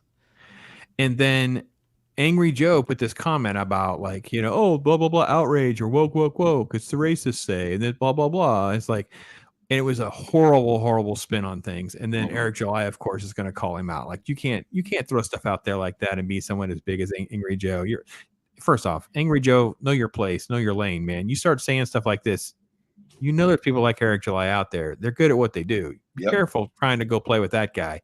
He's going to put you down. Yeah. And I mean, no offense to Angry Joe. This isn't your first bad take. You've had bad takes for so long, man. I don't even know if I'm subscribed to you anymore, man. I think you're just dead to me. I think I don't even moved know on. what that would feel like. I've never had one. What's that? A bad take? Yeah, I You? couldn't Oh, I imagine. don't- Never. Oh. Matt, you're immaculate. Nope. I bet no from the get. Let's go through a little bit of this article. Thanks, Pops. I appreciate that. It's from John F. Trent over at Bounding Into Comics. Guys, please support Bounding Into Comics, all the work they do for us. YouTuber Joe Vargas, aka Angry Joe, requested an apology from fellow YouTuber Eric July when July called out Vargas for a number of false accusations made against him. Oh man, who was this? Was this Trent? Yes. Trent, you can't say nobody knows him as Vargas. It's Angry Joe. I don't know. Well, it did give me a chance to say Vargas. That's true. Thank you, somebody. Thank you. Goddamn crickets were happening. I appreciate you, bro. You are the next host of the Mad Dump. Vargas went after July. Rippaverse. Oh, real quick, gotta apologize to chat for calling them out. I forgot that Steven pushed this back an hour, so we're not even on our same time slot. So maybe the drop wasn't because of all the things I said about you. But you're not watching anyway, so fuck off anyways. Go ahead. No, that went over to Thank you, Zach. Zach's Dude, starting then to when they sing go at back 10 to o'clock. Texas, they're My going to time. hear all that. What's that? I would love that somebody was here for the apology. Like, wait, what did he say about us? And then go back. Gonna get a lot of rewatches. Let's see. What do you do? Rippaverse colorist Gabe El Taib. El Taib. Thank you. Thank You you. don't want to Thank F you. with either. No, please excuse my whiteness. I cannot pronounce anything outside of Anglo-Saxon. Inglorious Rex, creator Shane Davis, YouTuber Melanie Mack, and Twitter user Avatar Politico accusing them of racism and wanting to sexualize young children for their reaction to not only the race swapping of April O'Neil, but also the dumpy character and upcoming teen. Whoa, he said a lot of dumb shit, didn't he? Whoo! How do you equate criticizing a terrible race swap of a character that should never have happened to sexualizing young children? I don't understand that. How? Yeah, if I remember correctly, April O'Neil was an adult who had her own apartment and everything. Yeah, April O'Neil's In the one of the first original. cartoons I went hard on to. Yeah, she had big hooters. Wait, what? What did you just say? She was hot. It was a hot cartoon. You know what I mean? Like, she had big hooters, big yellow, big. Yeah. You know what I mean? You didn't get one of those? I've never got an erection to a cartoon. Really? No. What about I thought that was a Jessica thing. Wait, what, Slender? I said, what about Jessica Rabbit? No. Really? No. No wood Yeah. at all? No, she's a fucking no, not really. No. I'm sorry, I'm with Mads on that, guys. I'm sorry. Yeah. Can't do the God damn it. cartoon thing. I know. I mean, Find your Like palette. when I was like really little, and it's like girls are pretty kind of thing, but it wasn't like, hey, cartoons. Boop, boop, boop, boop. No, Yeah. no, I didn't. I wasn't there. Oh, turtle in the half shell. No. No. I'm not hating. I'm not. think I'm a weebologist, so I'm very familiar with your culture and your Okay. customs in the We're weeb gonna have- community. We're going to have a poll in the chat next week. We're going to put our poll in the chat. Why not and, now? And You're gonna put your If poll we have where? the poll right now, we'll get one answer, so it's 100% one way or the other. No, that's what I'm saying next week. Well, in the beginning, when everybody shows up and they're like, oh, now they're going to do the review. Oh and yeah, they leave. no. Scott's definitely going to let you be in charge next week. Oh, when he hears you're planning a poll on, Pops has is gonna cartoon help ever me. given you an erection? Pops is Even- not going to be here next week. It's Pops is been going to be good. here next week putting his poll in the chat. We're all going to have There's a no poll way in I'm the putting my poll anywhere near your chat. I'm sorry, to be honest. chat. July criticized the race swap of design writer on Twitter. Design writer on Twitter. Tell me he didn't pay money for this. New TMNT animated reboots opt to tokenize April O'Neil as a fat black woman. This has resulted in fake fans spreading already debunked misinformation. DOA. Why are so many people falling for this? Can they not see Seth Rogen be like, you know what, this show's gonna suck. We really need to get the traffic, the attention to it. Hate baiting, right? Fan Yes, baiting. that's all they're doing. Yep. Because Dude, you're gonna have both I ever sides. even saw the race swapped April O'Neil for this, which they've already race swapped her in another one of these animated fab shows. to that. Yeah, they race swapped her in like the one. I don't know if it's on Netflix right now, but so this isn't the first time they race swapped her, but this time they race swapped her and made her fat. But like at the end of the day, I saw that Seth Rogen was in charge of this project and was like, "Oh, Seth Rogen." So Makes I guess sense. the turtles are potheads now, and I don't give a fuck anymore. I'm fine with them.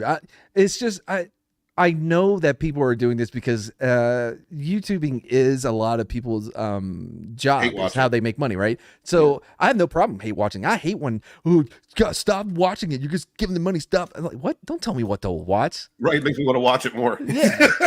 Yeah, no, I will watch what I want to watch. I enjoy bad movies. I mean, 90% of my videos right now are me torturing my friends and girlfriend to horrible movies. Southland Tale, the director's cut, is horrible.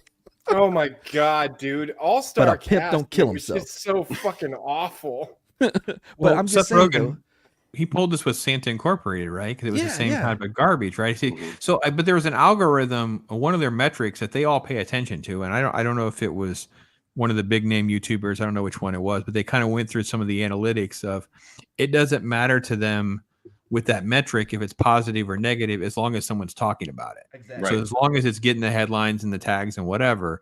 So I got to be honest, these people are this dumb. And I got to be honest, if people are going to talk about it and things are trending, it's like, this is the coattail riding and that kind of thing.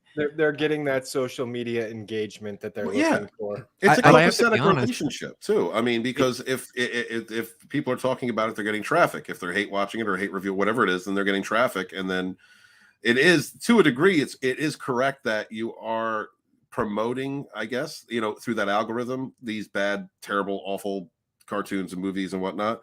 But I mean, it's just the nature of the beast. I think I'm with Mad though. I think that first off, you shouldn't be telling people what to do too harshly. Like I understand what you're saying about not giving them your money, which is a different Right. piece of this. But this is how you get to normies, right? How many normies only watch Eric July, who only watch so and so? So it's like my wife. My wife will eventually find a story like this, like 7 days from now. But I'm not going to talk about it because I don't care. Like, Yeah. I just don't care. Like if the episode 1 drops and I do a review of episode 1 because it just turns out to be so ridiculously bad, then fine. But like Velma, I only made it like the 1 episode. I'm like, I'm done. I like Scooby-Doo too much. I can't do this. I didn't enjoy. I didn't even enjoy hating it. I have to enjoy hating it. Like She-Hulk was fun to hate on. exactly. It was Terrible just, shows make great content. Absolutely. That's the Right. thing. But they But you can't can- be too bad. Willow was too bad. Yeah. and for me, I like Willow, so I couldn't put I myself love through Willow. it. So Yeah, I couldn't do it. I was like, I can't do it. Like so that's the thing. I think everyone has to kind of judge that because it's going to be so different. And this is where you get into the people of it doesn't matter to them because that's not their thing. Wait till it's your thing. So I work with somebody and I brought this up. I said, oh, it's okay. Wait for them to do it to Harry Potter. And they looked at me funny. I'm like, well, you love Harry Potter. And they're like, yeah. So, okay, well, when they remake Harry Potter and it's a girl and Ron is trans or gay, and Mhm. then so-and-so's this, and it's like, well, that's not Harry Potter. I'm like, welcome to my world. I walked away. I'm like, I don't want to tell you people. Like, until it's something you care about, you won't get what we're getting. Right. That's all. Absolutely. Yeah.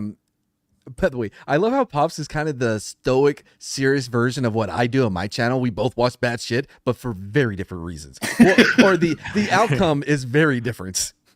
Yeah, I mean, Ironcaster co-hosts with me on Talk Hard. If he had it his way, we would be watching a lot more schlock. So he'd be more like what you do. We're like, oh no, we're going to make my friends suffer through. We conceded to him one time, and we did Shark Side of the Moon, Oh, that's a And- bad pick. and it was like so ridiculously bad. It was like, oh my gosh, what the heck is happening now? And it's like because they took it serious. You know what I mean? Well, But there's been other ones I couldn't get through. There's other There's- ones that I couldn't There's do kind it. of a sweet spot though. That's the thing. Like if it's too bad, there have been movies we've watched with Mad where we didn't even finish the movie because we were like, "There's just not enough here." yeah, yeah, And or sometimes too it's good. too bad, and sometimes it's just too meh. What's the one with Seth Green? Was it Airborne? That was just too good. We had to stop watching it because it was a good movie. Yeah, there wasn't a lot to make. There wasn't a lot of jokes. You had to stop because it was good. Yeah, yeah. The movie's not bad. There's nothing to talk about. We're gonna get flack. bro. We're gonna I got The you. movie we watched last night was bananas, but I know he's trying to hit all the topics that were in the thumbnail or fucking title. Oh, we whatever. are. So We're We're hitting them. gonna No, we're stop hitting doing movies at 1 a.m, Mad. I would like to not miss them. I know. I thought about that last. I was like, man, there's so many swords and nunchucks in this one. We really should have had Slender on here. Oh, you son of a bitch! Yeah, I mean, just to what Pops was saying, like people don't know when all these individual fandoms that have been just like under attack. It's like Hollywood's going through each one and saying, okay, who can you piss off and get attention from this time? Who can we piss off?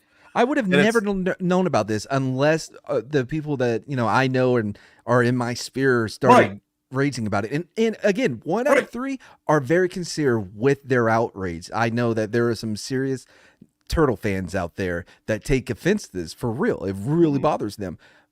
I think the majority though are, ooh, this is good for the clicks. This is trending, which is fine. Yes. It's their job. I get that, but I hate to see when those same people are like, stop hate watching it just because, I hate it bothers me. There's one person I like him. He's okay. We follow each other, but he always says it. And I'm like, I want to say something, but he's more popular than me. So I'm not going to say anything. So for me, I think it's clearly like they clearly used Eric July as the poster child because it gets more clicks, right? Because of ISIM and the publicity. true. Like it's just the game that's being played, and as long as you're aware of the game and can make your decisions accordingly, then I don't give a rat's behind about all this crap, man. You got to know what's going on. You got that organized chaos in his buddy. Actual fandom or whatever, their whole channel is built on calling them grifters. They're like, the only reason they cover the MCU, this is organized chaos, is because they're getting their money off of it. The only reason you're covering them, you don't actually hate them. You're covering them because that's how you build your channel.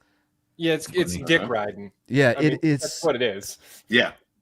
But like, So, I Bill, don't and even have Melanie a Mac. problem with the race swap aspect of it. I don't have a problem with them making her fat. None of these things I care about. What I care about is the ginger side, which, like, shit. Like, we're running out of gingers in pop culture. I think this is our biggest disagreement, Slender, because I am in favor of gender side. I'm not a fan.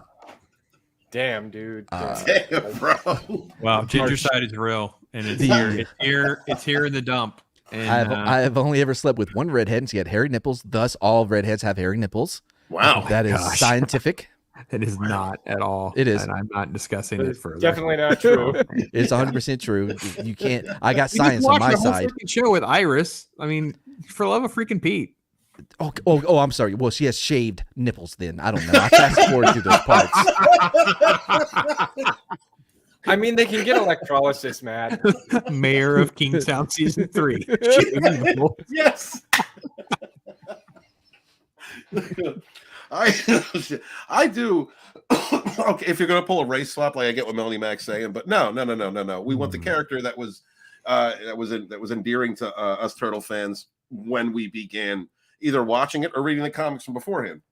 I'd like that character. I'd like a decent representation of iteration of the characters that I have loved and invested my time and money into collecting figurines and so forth. This is now that all of this is just an insult. That fat black squat, whatever the fuck that thing is, that is insulting to a real fan, and it's meant to be insulting, and it's also meant to trigger people into making hate videos and to creating into creating this type of drama. Angry Joe is looking for some attention. There is no way you can spin this where it's good, and there's definitely no way you can spin it into some like pedo rage bait, whatever the fuck he's doing. Absolutely not. But I'll be honest. This is the first time I've actually really looked at the new character. But I think she looks more turtle-y than the turtles do. Absolutely. She See, throws almost shell looks on like that. a secret turtle. O'Neill. There is a certain expectation when you hear a surname that Irish. Yeah. Yeah. I didn't think Is about she that. turtly enough for the turtle show? Club? I don't For know. the One of my Turtle Club? quarterbacks was named Yeah. Donovan McNabb, so What? from the Eagles, you know. He's not Irish. But McNabb, you know. Bro. It, Wow. I think oh, this by the goes way, back to what you were saying, Mad. Though it's like the publicity and all the hype, though it will get all the hate watching for at least. Yeah. It's a Velma all over again, right? So it's like the Right. game that they're playing, and the people at Paramount, I mean, they are making good things, like the show we've been talking about. So True. the fact that they're doing this as well, no, trust me, they're well aware of how bad this is. Yeah. There's no way. I by the way, also, I think the whole point of April O'Neil being attractive was because it's juxtaposed to these horrible monsters that are in sewers. Yes. Yeah, gross fucking turtles. Yeah, this makes me just want to fuck one of the turtles, you know? Okay. All right. All right, good night, everybody. Bitches, I hope we do end on that. We are. Thank you guys so much for being here. I greatly appreciate you. I want to thank you, Pops, for having the time to stop by, man. Really appreciate it.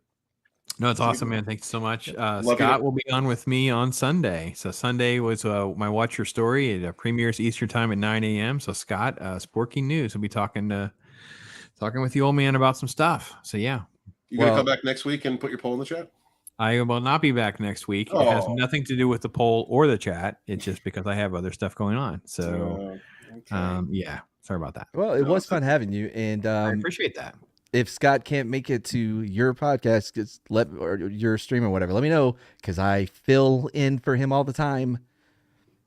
Well, I will definitely reach out to you, because we definitely need to do something in a week or two about this whole like season 2 mayor thing, because that'd be kind of cool to. Yeah. Because this show is just so rich with the good writing. We can never do enough to promote the good stuff too. And then that's how that's why I do Saturday morning cartoons, and why I do Throwback Thursday movies, and I'm talking about the good comic books and the as well as the bad ones. Like we have to do a little bit of both, guys. We can't just get sucked into the negativity. Can't let them win. Well, clearly the negativity is where the numbers are, but anyway. I know. I just take the hit. Just keep on. All I do is do an Indian cinema review, and it just makes up for it. That's what I did. Listen, wish nobody's we could say that flocking was over for my joke. bullshit. I know what you mean. Yeah. Man, tell them what you got going on, brother. Well, I just released the definitive proof that The Mandalorian is the best Star Wars since Empire. It took me less than 4 minutes. So check that one out. We did the movies with Mad Freddy versus Jason for the girlfriend's birthday. Slender, you were there for that one, weren't you? No, I missed Freddy versus Jason. Oh, that's right. You did miss her birthday. She's been, man, so pissed. Anyway. God, she's a woman. She doesn't get a birthday. God. Well, at least not every year. But yeah, that's I got a new one coming out that I'm going to start editing here probably tonight. And yeah, that's it for me though. Good, man. Guys, go check out that. Please go check out that review on Mad's channel. It is hilarious. It's only 3.5 minutes, fuckers. It's great. Slender Dad, what you got going on, buddy? I don't got a whole lot going on right now, but you can always find me 9 p.m. Eastern, Ascendant Art Podcast. I co-host with Little Chad over there on Friday nights. And I got another project I'm trying to work on, but I don't know if it's the spring setting in and the pollen or what, but my voice is just not up to 100%. And this requires my full range. So hopefully I'll have something for that in a couple of weeks when my voice gets better. All right, warm water, honey, heal that throat, buddy. Okay. And I'm putting the channel in the chat for the one person watching it who is 100% just my girlfriend in the other room. So, and I already know she is subscribed. All right, guys, we appreciate you. Thank you so much. Please check out Matt Morgan's channel and support Pops and everybody else. Nobody else stop through. Everybody else on the panel. Which would be how dare you abandon us, Chad? I love you guys. I'm going over to Zax's and just like everybody else. Yeah, make catch up. Yeah, I see what you did there. I muted myself and I kept talking. Thank you guys so much for being here. Appreciate you. On the ball I'm Author Stephen Walton, the Fandom Menace historian. Wash your hands and wash your What ass. the fuck are you doing right now? Why are you Make doing sure that voice? to clean your peen for independent creators. All right, thank you very much. Voice. Talk to you guys later. Be good to each other. As Stuff we your always face. say here at the Mad Dump, if you're not